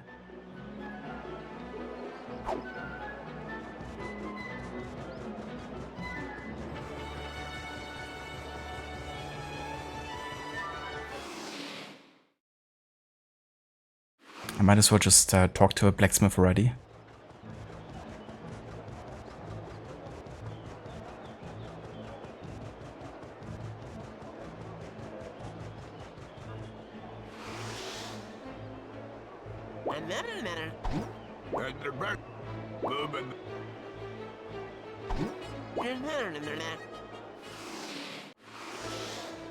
Yeah, maybe it doesn't serve me until I actually prove myself to be a worthy gladiator.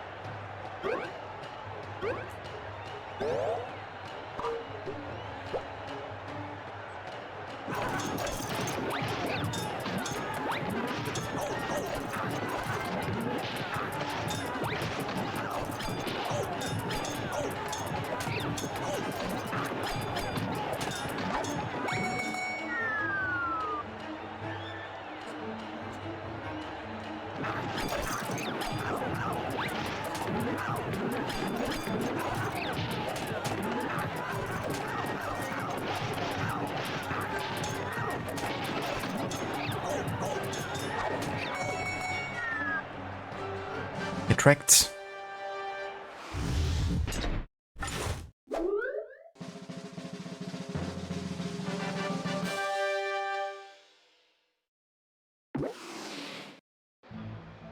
Oh yeah, got a golden shield. Here we are at the famous Colosseum, so called because it's, well, colossal. One of history's truly horrible places. The place where thousands die while ruthless Romans watch and cheer. Here's our hero Rosimus, fresh from his victory over an Andabati gladiator. What a star! What a fool! He has his bag of gold, the one he needs to buy a golden helmet, but does he tuck it safely out of sight? He does not. And if a Roman robber's on his tail, are we surprised? We are not. It seems like Rosimus can hear us cry out, "He's behind you!" He turns and sees the shady shape. He sees the club. He tries to duck. Too late. One sore skull later, Rosimus wakes to find his hard-earned gold is gone. And worse, the robber even took the puzzle piece. Oh dear, what will our hero do? Just one thing for it. Go and see the blacksmith. See if that good man will give the helmet, even though he has no gold. It's worth a try. Oh dear. Wow. They just robbed me. That's not cool. I gotta actually find the robber and receive our puzzle piece back.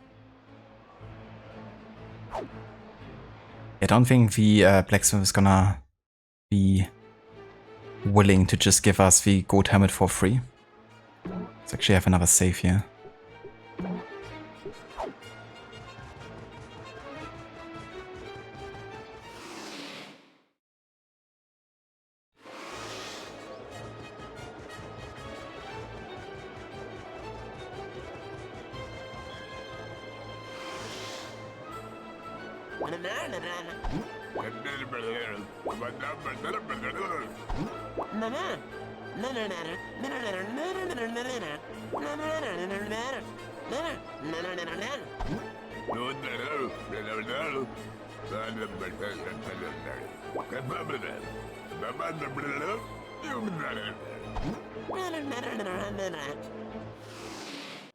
I mean, that sounds fair. Let me work this out for you.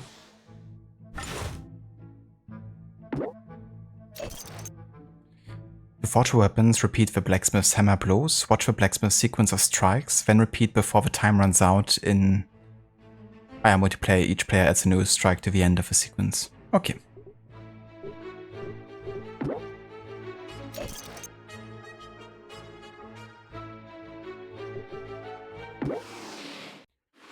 Alright, let's see how it goes.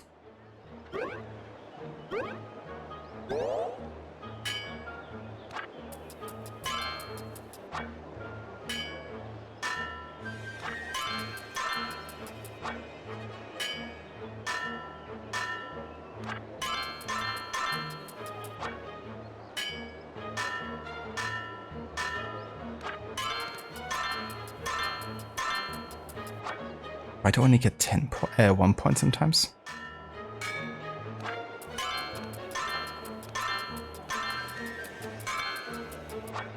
Also, and like the last one, it actually gives us 10, is it?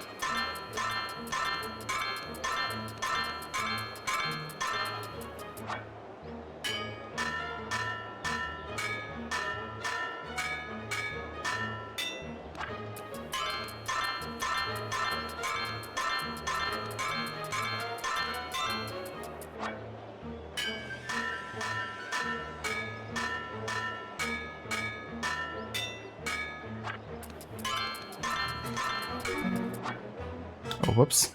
Out.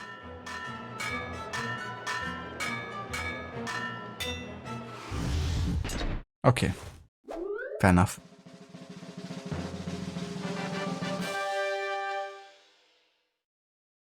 Oh ja, got the golden helmet.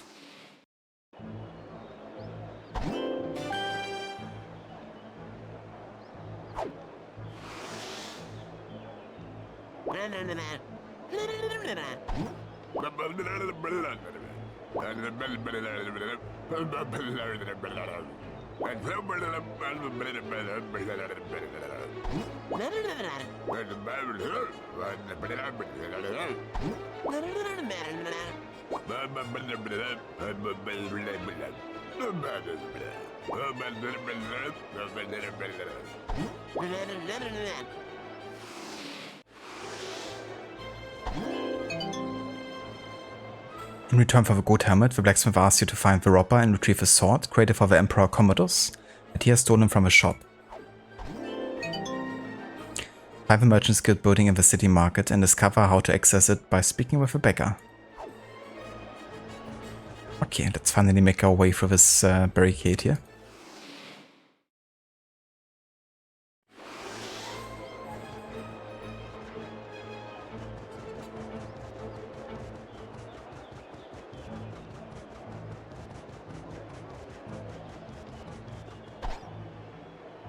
Did you know school cost parents money?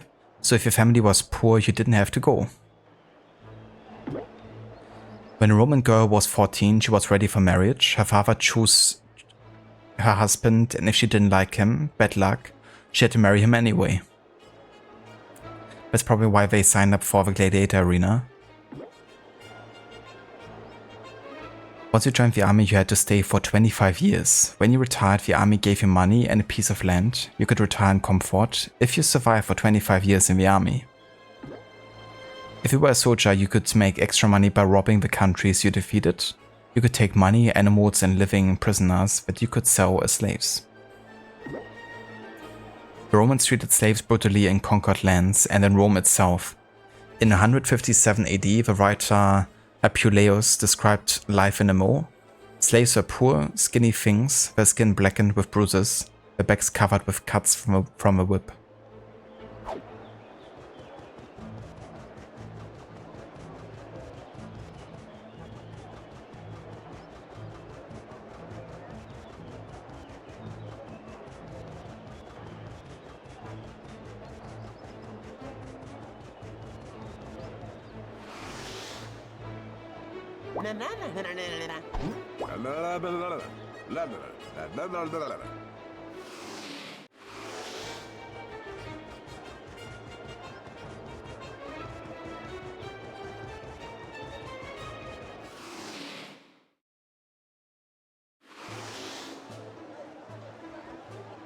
Okay, there we have a market.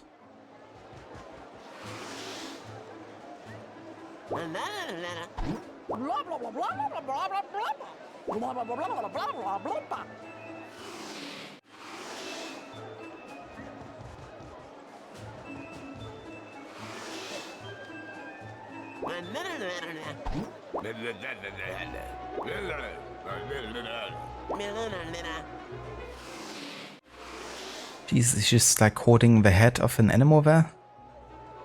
Or the animal's like watching terror next to it.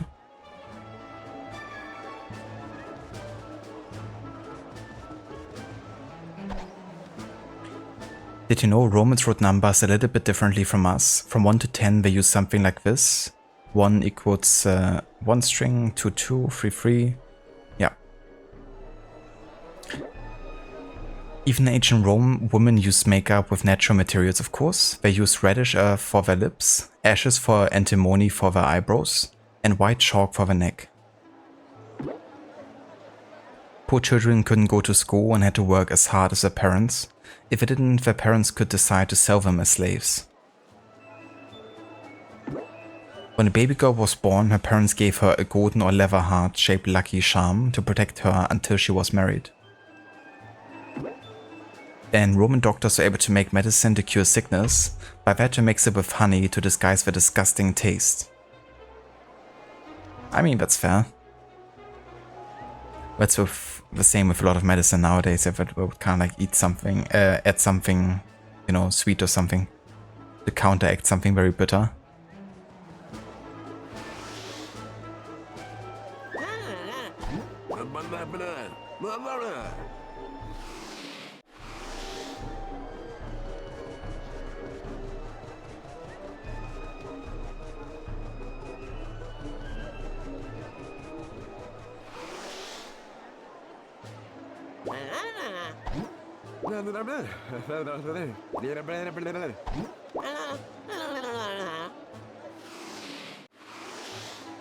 Oh, where is the beggar then? Ah, there you are.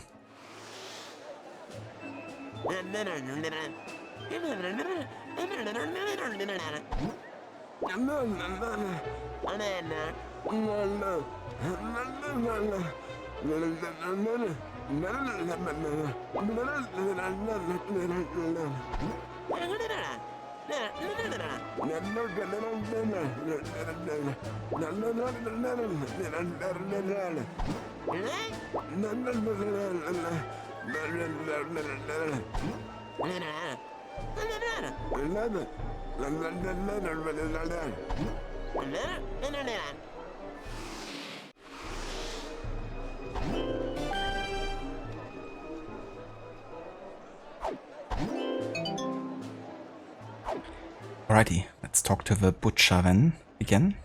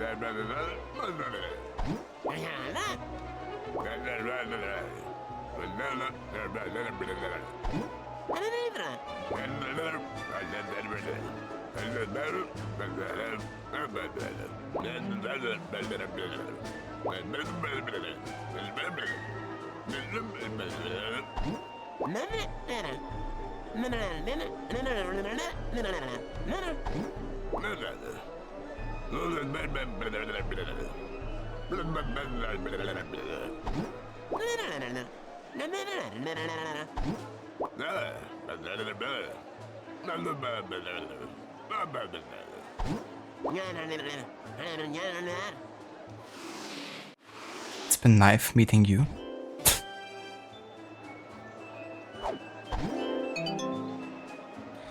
Alright, let's talk to merchants again then.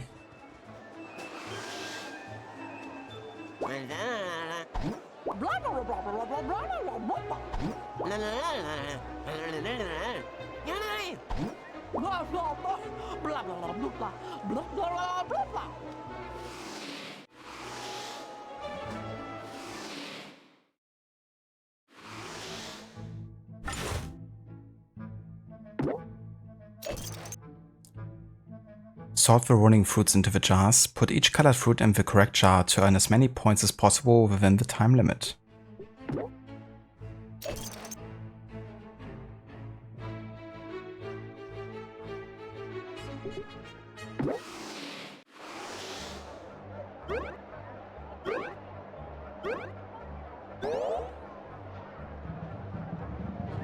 Oh shit.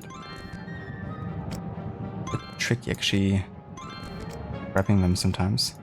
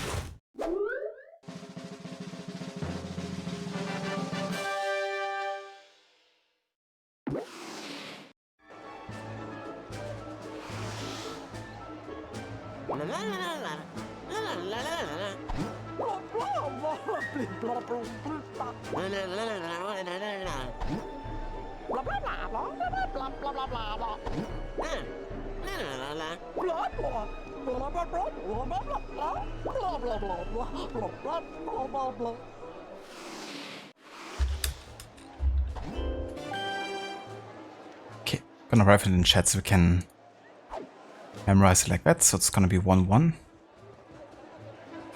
Let's go ahead and talk to the Vintner next here.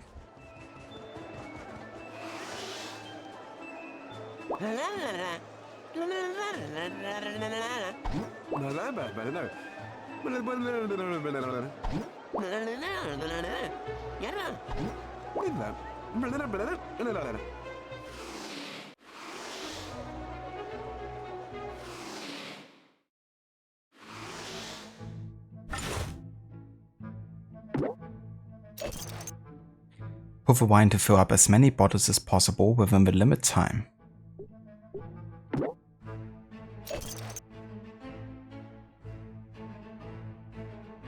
Swing it faster from side to side.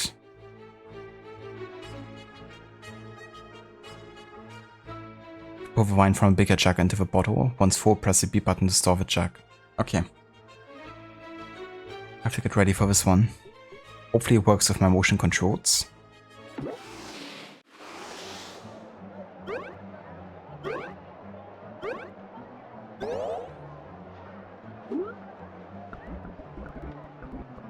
Yeah, that kind of works, I guess. Okay, that works.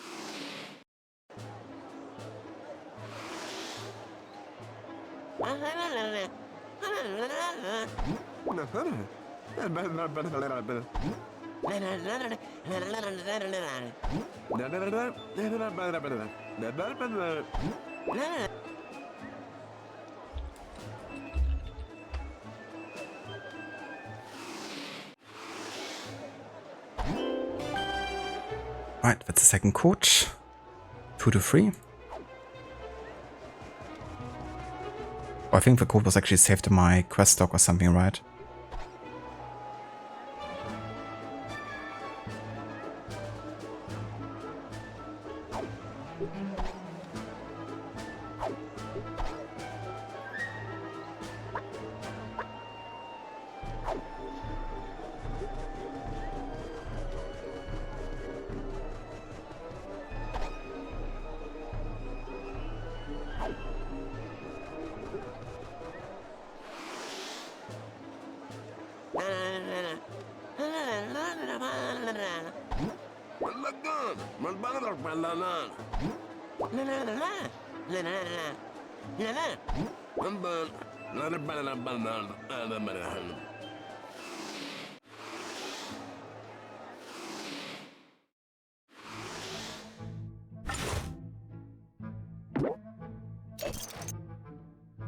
Catch as many fish as possible within the time limit. Pulling too early before the fish is probably hooked will break your line and eliminate you from that round. To swing the remote up at the right moment to pull the fish, Rumble will help you judge when the fish is tugging on the line. Yeah. I don't have a Rumble, so that's gonna be interesting. Oh dear. How are we gonna do this one?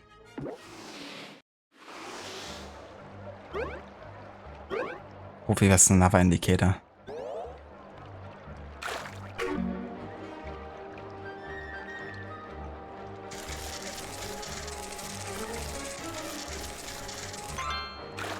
Okay, we got one.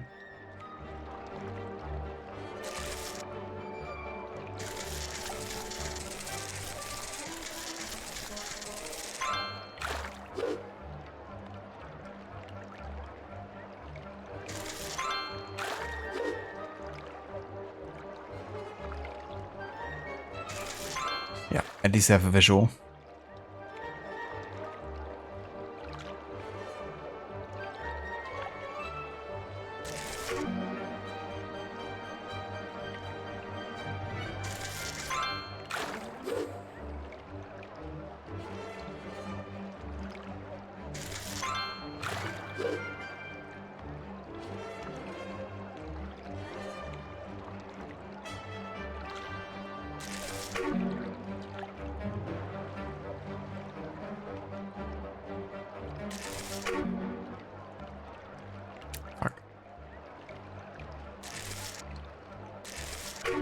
Oh, Jesus. Can the fish actually bite?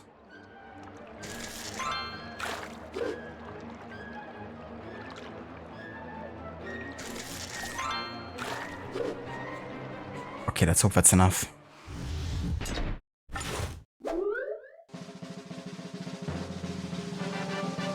It is.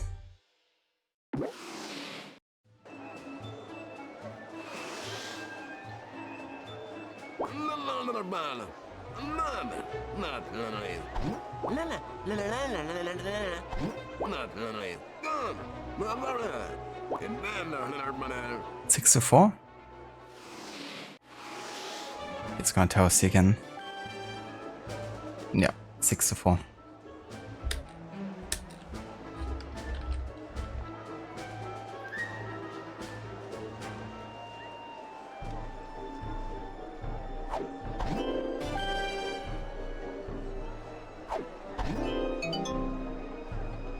Right, let's go ahead and use these symbols now over here. So we got 1-1. Rabbit. If I can I do something here? Actually, I have another save.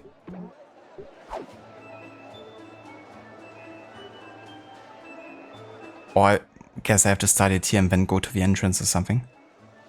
So we have a rapid. Then we have Well, depends, right? Like, do they go from here and then to the right, or do they go to here?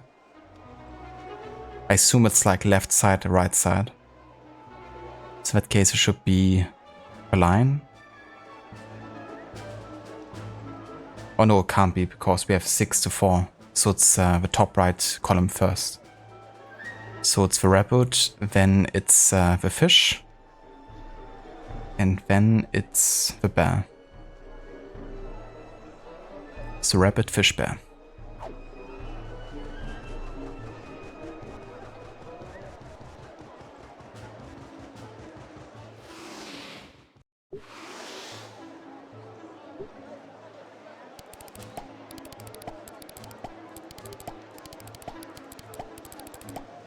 Rabbit.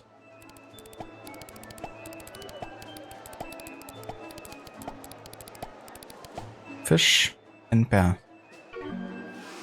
What? Huh?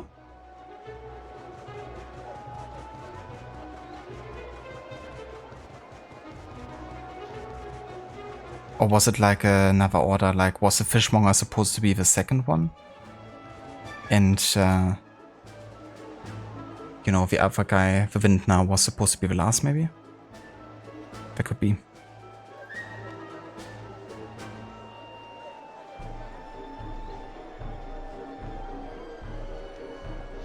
Yeah, must be. Must be like a mix-up.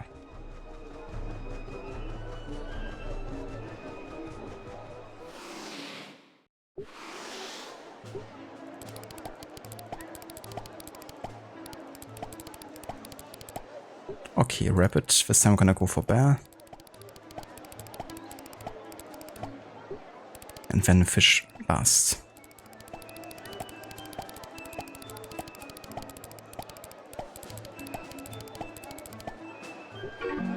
What the fuck? Are you kidding me?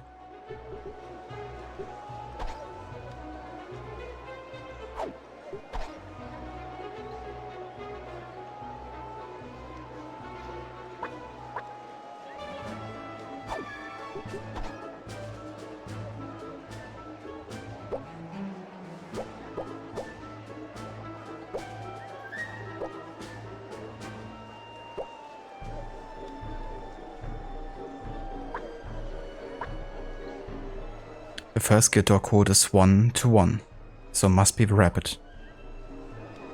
Then it is the second to 3. And then it's 6 to 4. So why doesn't it work then?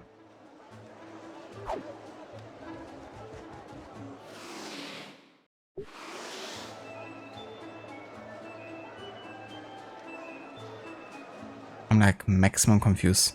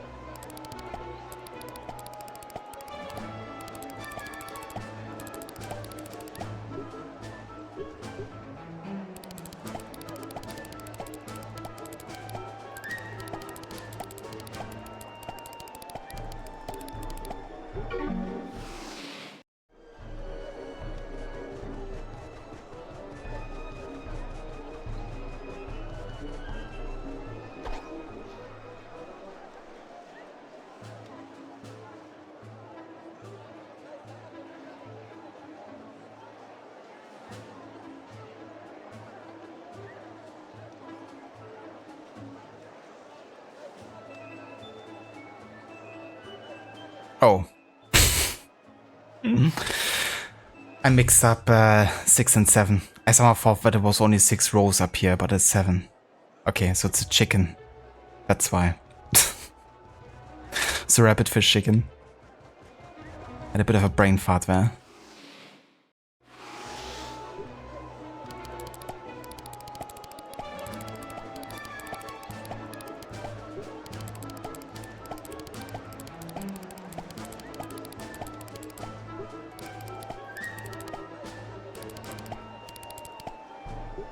Yeah.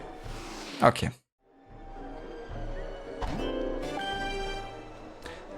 That does it.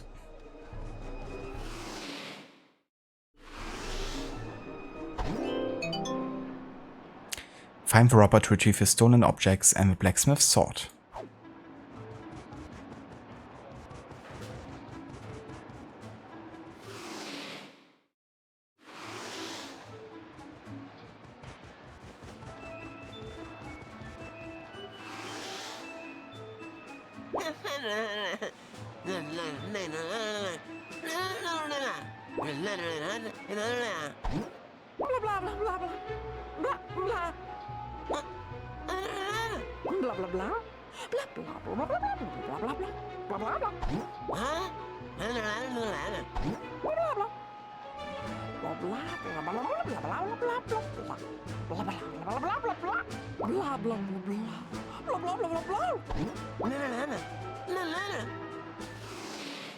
Huh. Did not expect that. The girl Cornelia tells her tale how they were children of the Dacian chief until the Roman raiders came. Cornelia tells her brother of the secret Dacian charm her father had, a special charm he split in two and gave a half to each. And since that day the two have worn their charms around their necks. Then, that fateful day the Romans came. You know the rest. That Lucius led the Roman force and sent them down to smash the Dacian town. Their father sent the children off to hide and stay quite safe until the fight was done. Brave Razimus tried to follow father, tried to join the forces in the fight against the might of Rome. That's why he'd left the hut before the troops of Lucius Gladius marched right in. Roman soldiers took their mother off to be a slave in Rome. Razimus, as you know, was hiding in the hut when Lucius Gladius found him and made him a slave. Small Cornelia was left alone, just a child and not worth much for anyone who tried to sell her as a slave. When the battle's lost and won, this brave young girl set off for Rome to find her family. To live, she learned to be a thief, the best in Rome. But if the Romans ever caught her, she would suffer painful death. The job of finding where the family's gone is something Razimus must do. Oh dear.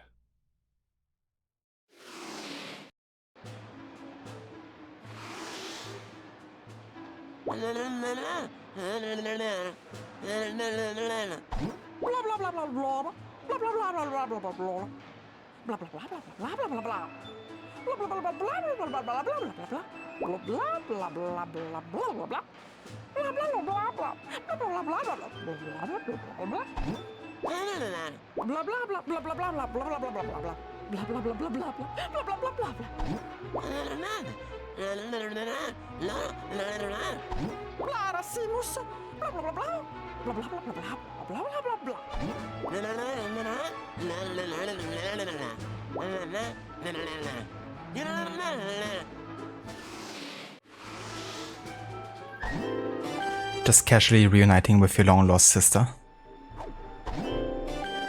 It's kind of funny that she already spent all of the money that she stole like moments ago.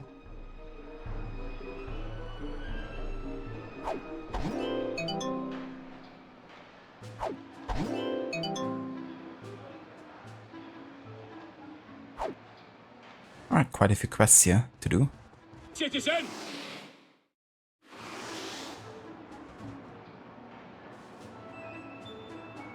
Also, Haver Aura and Haver Stardust, welcome in.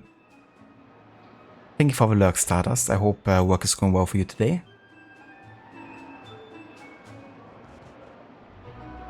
Aura, this looks very accurate to history, doesn't it? It's based on a pretty entertaining historical, like, educational TV show slash books. It like dates back to like the 90s, I think, in Britain. And I never actually heard of it before I actually researched this game. But we had to look at a couple of TV shows earlier and they were quite funny. So they made like a game out of that whole concept. But there's definitely more of the educational side. You have like a couple mini games, but mostly it's about like also learning a bit about some fun facts of ancient Rome, especially how ruthless the Romans actually were. But yeah, I'm playing it on the Wii emulation, and that makes it a bit tricky with some of the motion control because I'm playing on mouse and keyboard.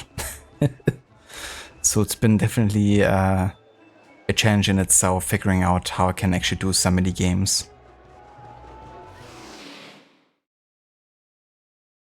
I had to essentially bind certain keys to certain like you know, movement actions. Like if you want to swing up or down, I assign that to certain buttons. So it's definitely been interesting using it like that. Not quite as intuitive.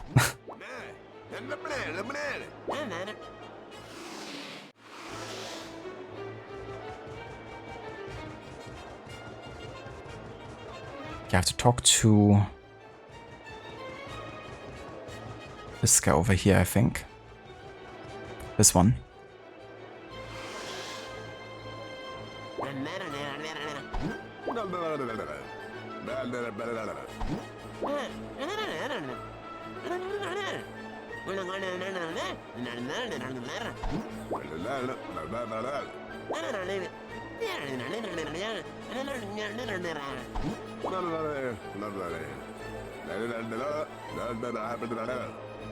Ah, Cicero.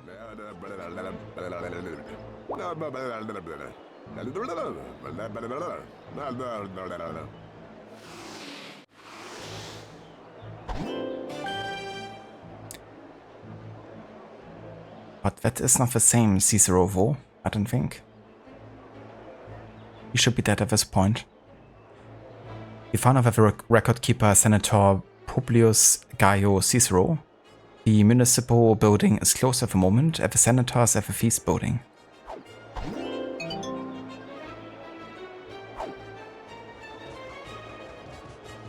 Okay, let's have a look at the map here. So the feast building is up here, so gotta take a right from the Colosseum.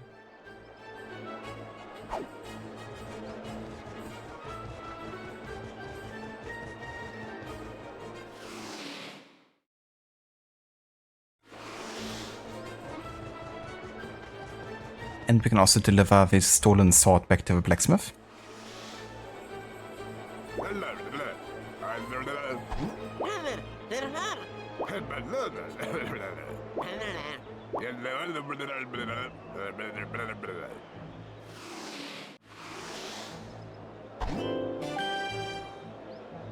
Oh yeah.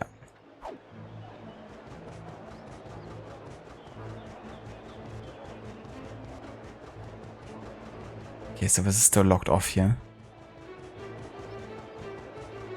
That might be the feast building, but I can't go inside it, can I?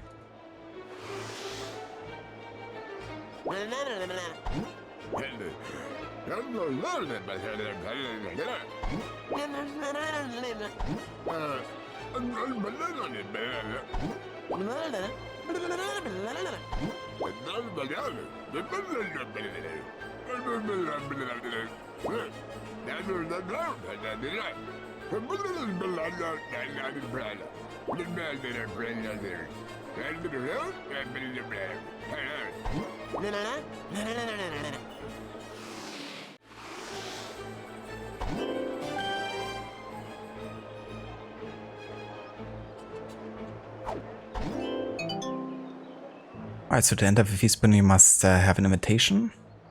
I can just steal Lucius one. My master. No one will notice.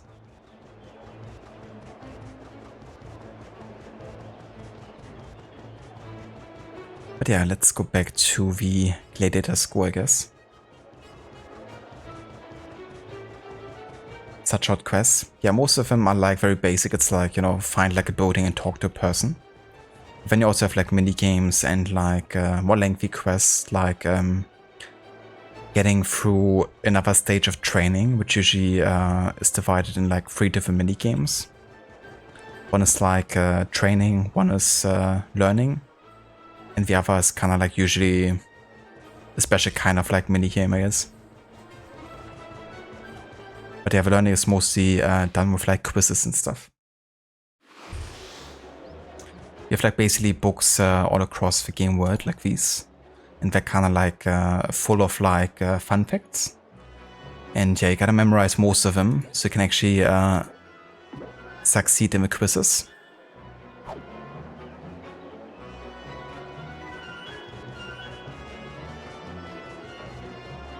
Okay, let's insert another puzzle piece here.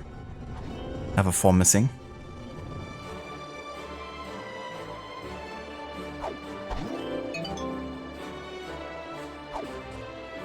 Alright, let's go for the next stage here.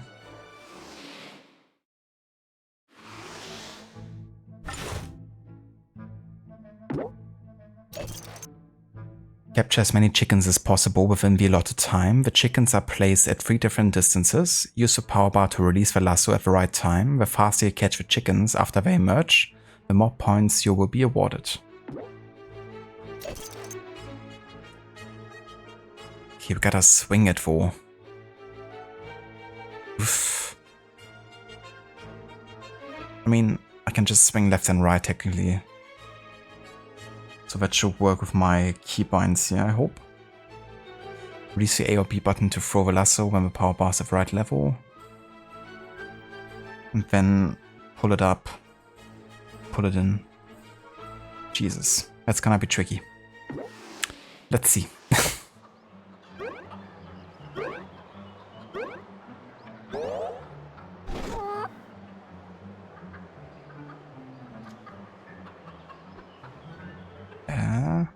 That didn't work.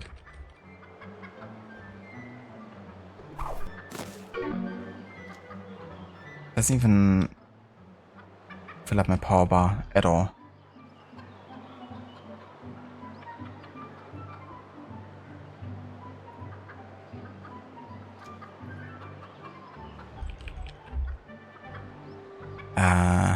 Hold on. Let me check my controller setting again here for motion control. Yeah, I mean I have like a swing left and right. It doesn't do anything.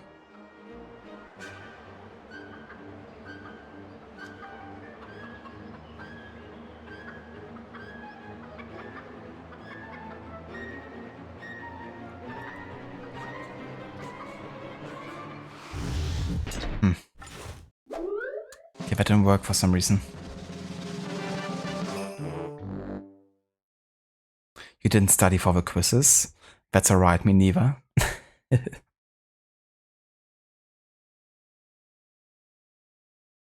So remote sounds very safe. Very safe. Especially if it like falls out of your hand, because you just have this like, I gotta release now feeling for like a lasso. But yeah, that was weird. I definitely have assigned the left and right swing buttons, but maybe because I don't have this continuous motion, or maybe I also gotta use like back and forth at the same time. It's gonna be so awkward. It's gonna press all the buttons now or something. Let's see.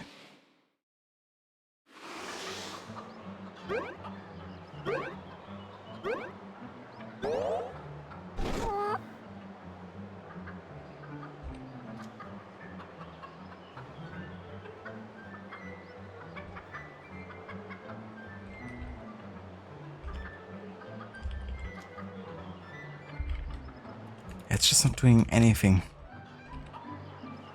For some reason.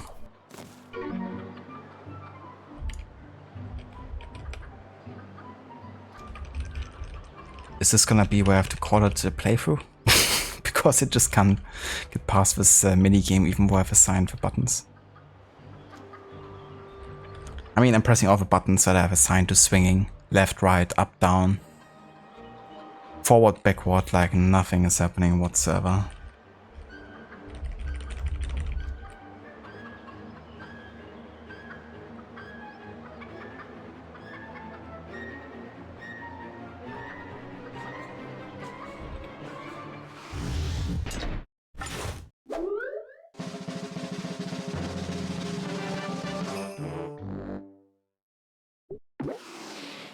Okay, let's just do the other two for now.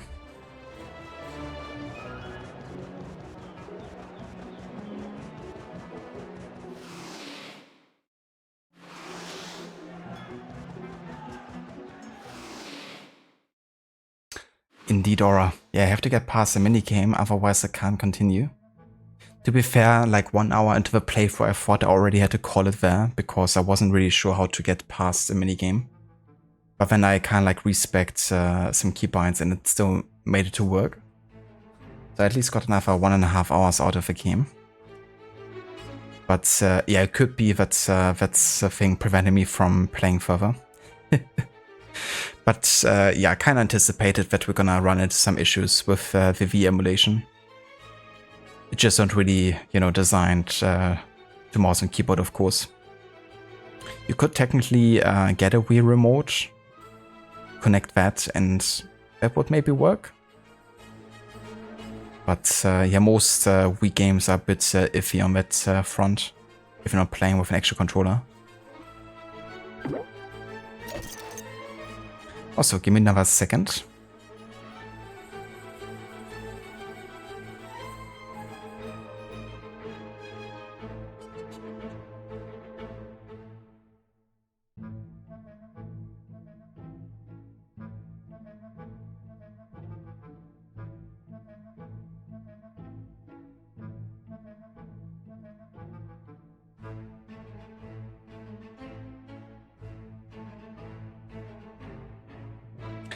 Alright, I'm back.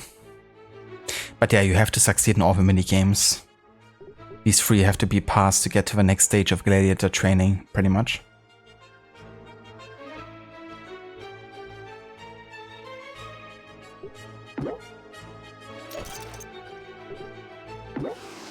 But yeah, this one should be a bit easier, because it's just about like pointing and pressing, really.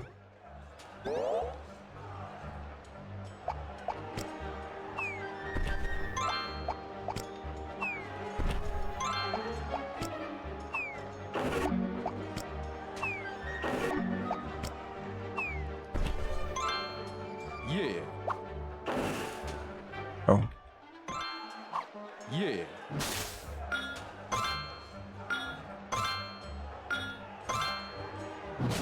Yeah. Yeah.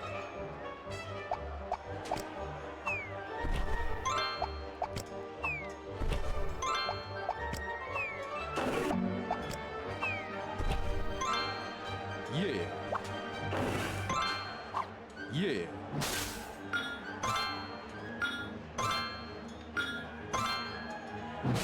Yeah. Yeah. What? I totally pressed both buttons. But sometimes with an emulator it doesn't recognize if you're pressing 2 buttons at the same time. So I guess that's why it didn't work. Can you bind mouse movements to it instead? Yeah, so at least the whole like pointing thing is definitely based on mouse movement. But I'm not too sure about like swinging though. It seemed to be based on like buttons, but I can have another look here.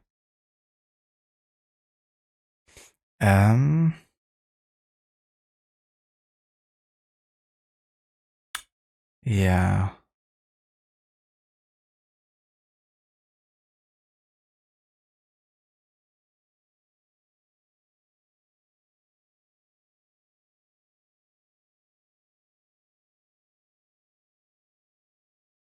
Yeah, it doesn't record any like movements, unfortunately. When I try to like bind something on the actual like swing thing.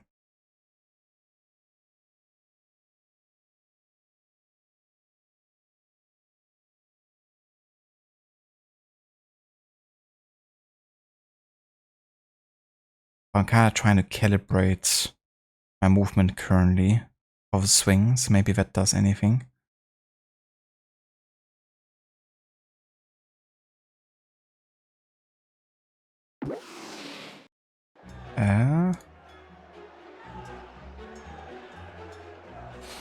Yeah, I don't know. Didn't really do anything, unfortunately.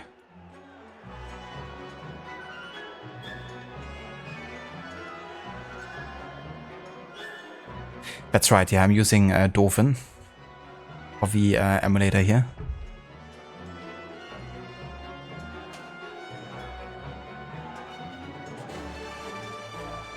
Alright, that's another training done in the arena school here. Let's go for another quiz. I probably have to read very specific notes for.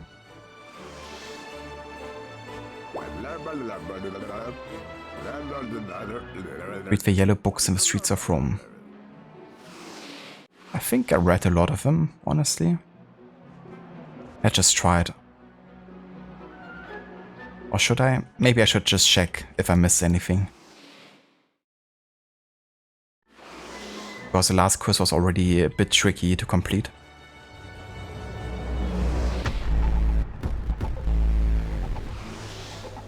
Danny, welcome in.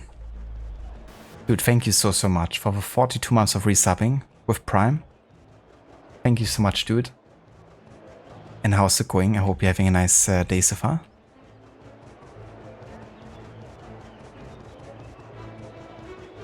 Welcome to the Ruthless Romans.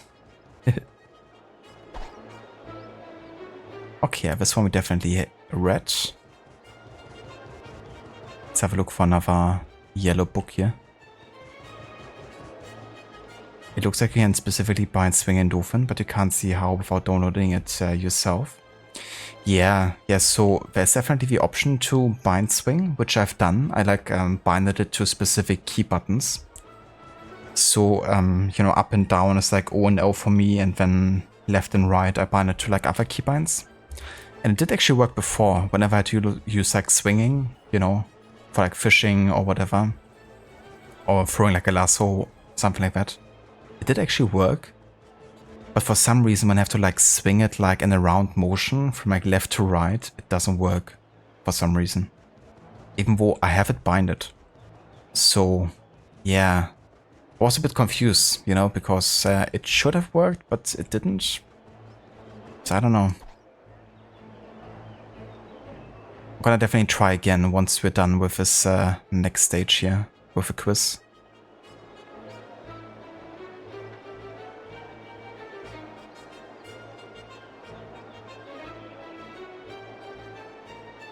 Nice, Danny, that's good to hear. Glad you're doing well. And yeah, my day is going pretty good. Learning a bit more about a Roman history with this game. Not sure if you ever heard about Horrible Histories. But it's like a British educational entertainment franchise, I guess. That spans like books and TV shows and stuff. From like back to the 90s until today.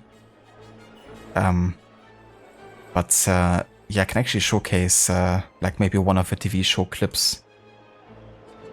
Looked at one earlier. It was really funny. That's like basically reports they do on the Roman history. Let's save this opportunity and maybe showcase one of these.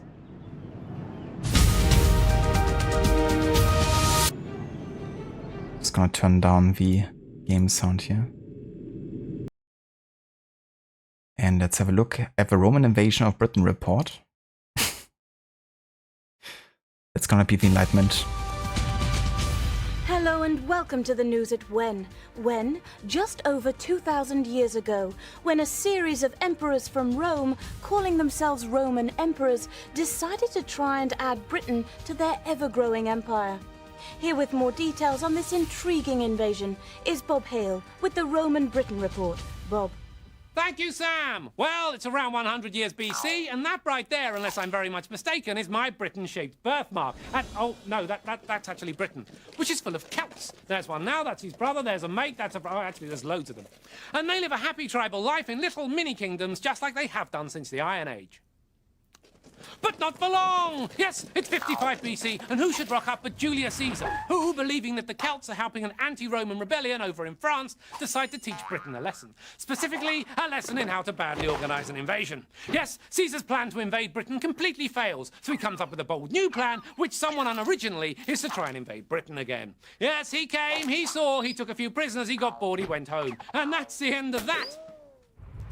But not for long! Yes, next up to try and add Britain to the Roman Empire is crazy Caligula, who forgets to tell his troops about the invasion and has to cancel the whole thing. So he declares war on the sea instead and takes a load of seashells as prisoners, which is weirder than my cousin Keith, and he wears trousers made of bacon. Then finally, in 43 Wait, what? AD, Emperor Claudius gets the job done, and Britain is invaded by an expansionist foreign power. Hooray! Or boo, depending on how you like to look at it. Claudius sweeps through what we now call England using a tried-and-tested combination of smooth talk and unimaginable violence. But the Celts are no pushover. No siree, whoever that is. A certain Miss Boudicca decides to fight back, leading 100,000 Celts to face a mere 10,000 Romans at the Battle of Watling Street, which is pretty good odds by my maths. Which may explain why I failed maths, because despite being outnumbered 10 to 1, the Romans completely clobber the Celts. Then they whack the Welsh, knock out the North, and push right up into Scotland, right? Wrong! You see, Scotland, or Caledonia as it was known then, is home to the Picts, fierce tribal warriors who make the Romans look like what my Scottish Uncle Kenny would call a big Jessie. Though that may also be a reference to my Aunt Jessie, who is 3 meters tall. Yes, after repeated attempts to invade Caledonia end with beaten Romans, in every sense, it's Emperor Hadrian who decides to simply seal the Picts in by building a massive wall right across the country, and I'm not even joking.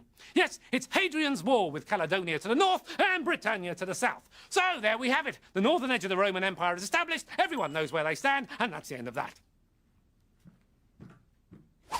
But not for long! You see, the lowland Picts in the south of Caledonia start trading with the Romans, but every time the Romans cross Hadrian's Wall to do a deal, the highland Picts from up there run down and attack them. So the new emperor, Antonius Pius, comes up with a groundbreaking new plan. Another wall! Yes, he builds the Antonine Wall, which cuts off the warring Highlanders from the trading lowlanders. It's brilliant. It's inspired. It's a complete waste of time, as the Highlanders just climb over the wall and attack them anyway, until in 211 AD, when Emperor Septimus Severus says enough is enough, or the Latin equivalent, and decides to finally show these Picts what the Romans are made of. He invades, he fights, he is completely beaten. Beaten like the eggs in my Aunt Jessie's Victoria sponge mixture, and let's not forget, she's 3 meters tall with arms like oak trees. Anyway, realizing that they'll never conquer Caledonia, the Romans concentrate on Britannia instead, and what a job they do! They introduce Roman roads, Roman food, Roman coins, and Roman noses. And Britain lives quite happily under Roman rule for 4 long centuries, until finally, with Rome itself under threat from invaders, in 410 AD, the Roman army leaves Britain, taking their technology and noses with them, and plunging Britain into a cultural decline often referred to as the Dark Ages. And how dark was it? Well, by my estimations, at least as dark as this. I genuinely don't know what just happened. Back to you, Sam.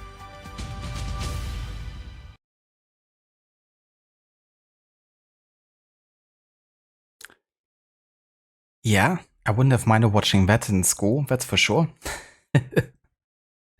But yeah, so much to horrible history, so that's like giving you a bit of an idea where it's coming from, being both educational and funny and satirical. That's really funny because they don't stray away from like naming all the like fucked up facts as well of the day. And that's also what you can read up about in the game. As well, there's like lots of, you know, like facts about like the way emperors treated like, you know, people they, you know, defeated, for instance, you know, just like killing them and just selling all the stuff and all those kind of things.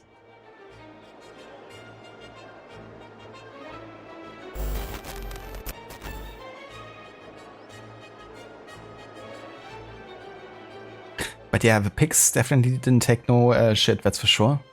The more you went north, the more problems the Romans had.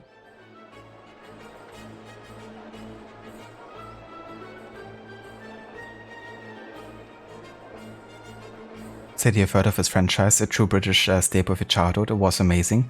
I bet. Unfortunately, I never heard of it because we never had it in German TV over here.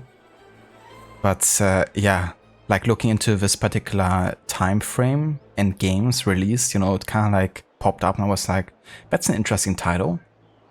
You know, horrible histories with the Romans. So I had like a bit of a look and found this entire like universe and I was like, wow. That's quite interesting. But yeah, this is my first ever like experience really with it.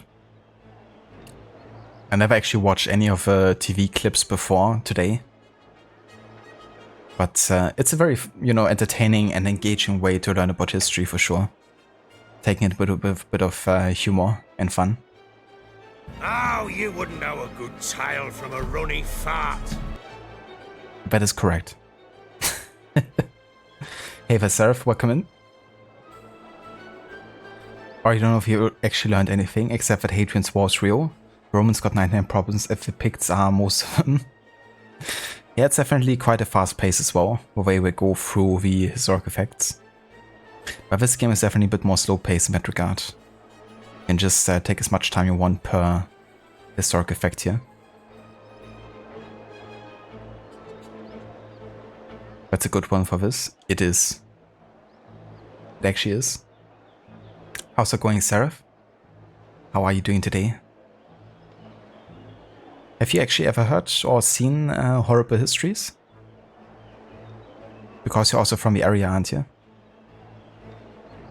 Well, not Rome. I mean, you know, UK.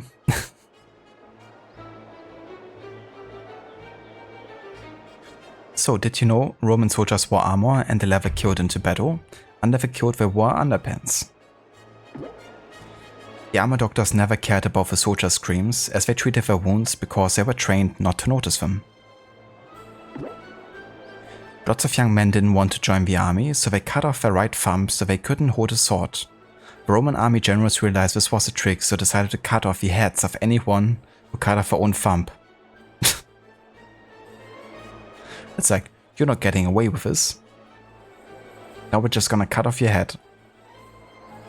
The Romans had a way to find out if a newborn would be strong enough to live in Rome. They left the baby crying on the floor for a while, then the parents washed and clothed him. Only the fit survived. Jesus. Teachers were very severe, and for a serious offense, students were beaten with a leather whip.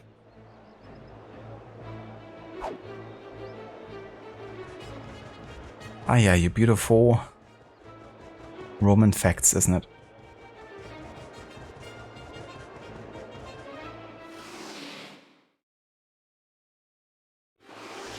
You once heard someone say Scotland isn't real. Used to have a lot of the books. Did you know butterflies used to be called flutterbees?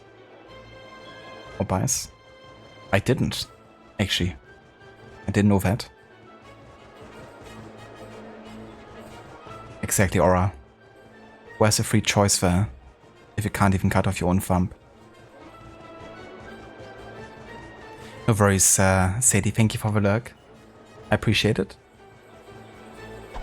Okay, this one we read. Yeah, we did read this one. I will also have to call it here quite soon, so we're gonna do the quiz and give the minigame another try, I think. That we kind of failed earlier, but it could be that that's gonna be the last of the playthrough. I will maybe, like, off stream have a look if I can get it to fix somehow. But if not, then we at least got, you know, a good 3 hours worth out of the game. But yeah, I think I found all of the scrolls they talked about in the quiz, so let's go ahead and actually take it.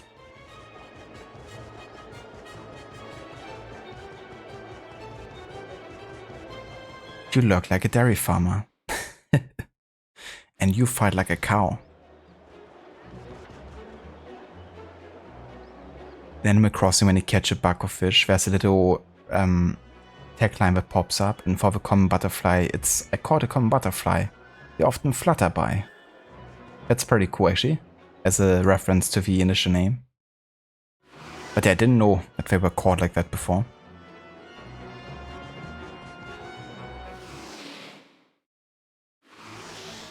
It's actually not true as well. They weren't called flutterbys. Oh, really? Well, you tricked me.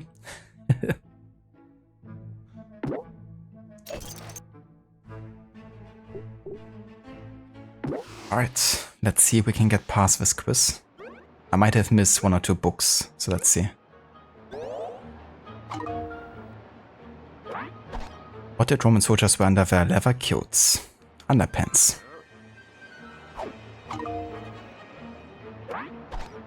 What did teachers use to beat with bad students? A leather whip? What dangerous game would some Romans play for a bet?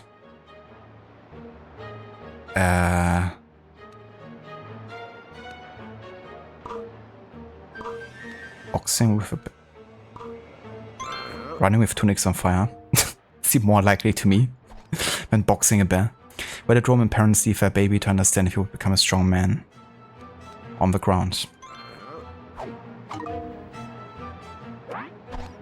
Rome was able to grow to be a great city because of its sewers. They were big enough to let through a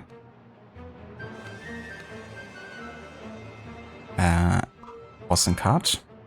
I definitely didn't read those facts, I'm just guessing. What did Emperor love to collect?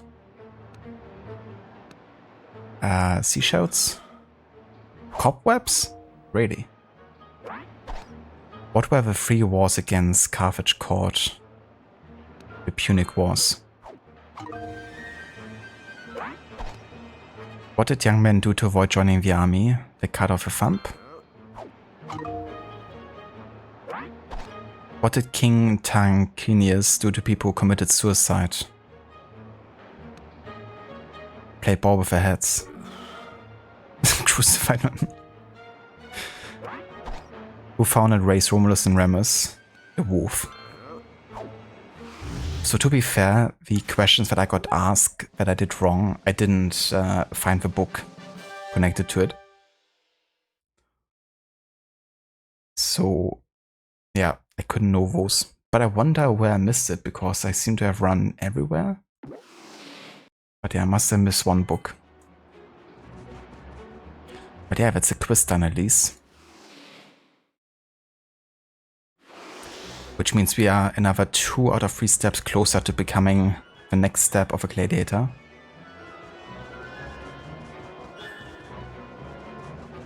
But yeah, now I have to get past this mini game, and I have no idea how. So what I will be doing actually is I will try to figure out off stream if I find a way to get past this mini game. And if I can, we're gonna continue playing this game. If I can't, then this is gonna be everything we will be doing.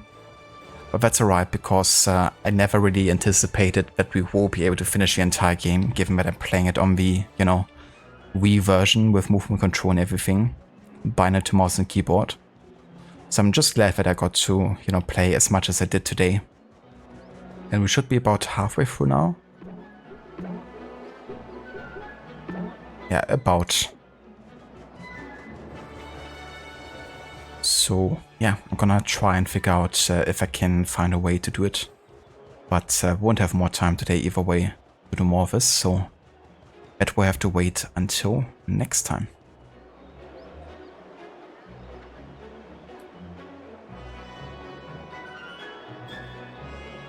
Seraph, it's one of those things that people often believe because things were often named after what they did or looked like. Yeah, that's fair. I mean, it so often happens that there's just like certain facts being claimed and people just create like a, you know, echo chamber and people actually believe it's for real. People actually did experiments where they kind of like claim false facts and see if they would, you know, be believed to be real. And they often were. Because as long as many people believe something is real, then most others won't actually question it. On the roof. Imagine leaving, yeah, leaving babies in the lake was a short-lived trial. I don't think anyone would have survived that. Unless they're like somehow swimming on the surface, but not moving. But yeah, leaving them on the roof. That seems likely. Gonna see if there are actual assassins, if I can do some parkour. None of our babies are walking out of their hair. Playing soccer with heads is more fun than crucifixion. That is true. I mean, what's the point of like crucifying someone who's already dead? Wasn't the whole point to kind of like watch them die slowly?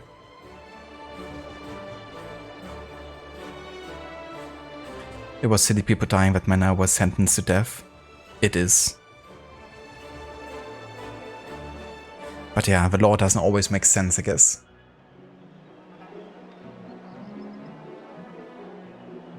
People used to believe that if you hit the ground in China, it would break. It's like the amount of people who think Sherlock Holmes is a real historical figure. It's about sending a message or something. That's true. Yeah, if you think about King Arthur, you know. I mean, King Arthur might have existed like a King Arthur, you know. But not in any shape or form he's like presented in any kind of like media. It's definitely more myth and legend than, you know, anywhere close to what he's being talked about.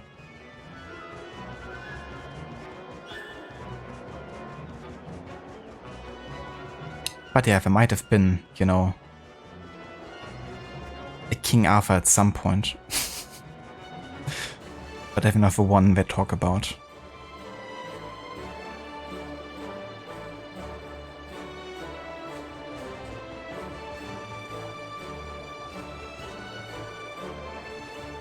Exactly, more myth and legend. Jinx. Well, I guess I can't say anything anymore for the rest of the stream. But that's alright, because I'm gonna have to call it here either way. So I'm just gonna go and save another time for good measure. And let's quit.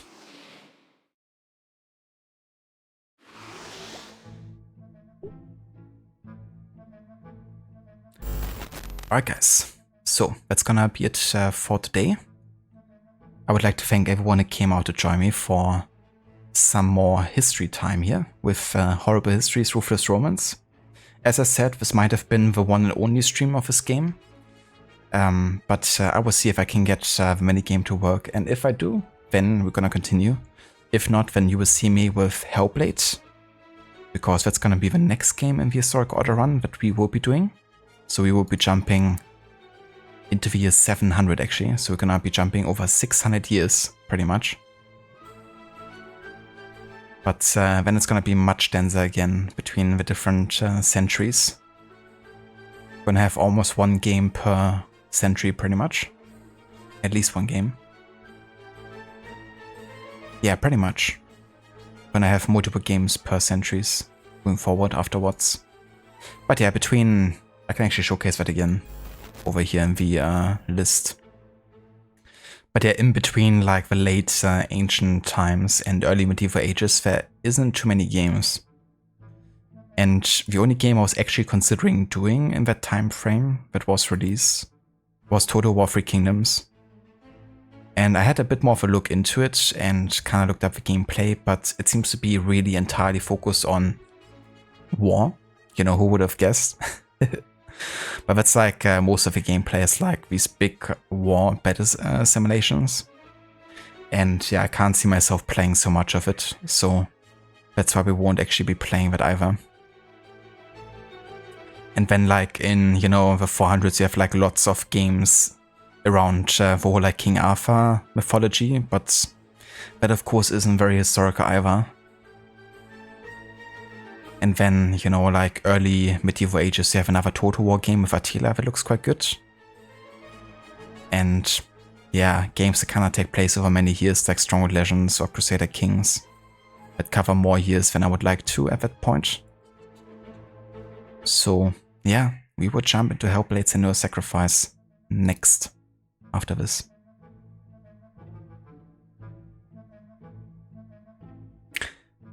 Seraph, You look dumb as a stump, my friend. Oi. Before I go another insult. But what about you, Seraph? What about you? Did your face get swapped for your ass at birth? Did it?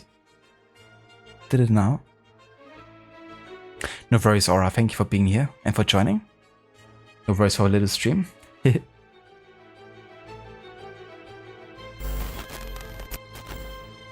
And yeah, let's see who we're gonna rate today. Oh, look at this. Schiller is actually starting a playthrough of A Witcher 3. And yeah, he's never played the game before. It's his first time, and he's doing Gwent already.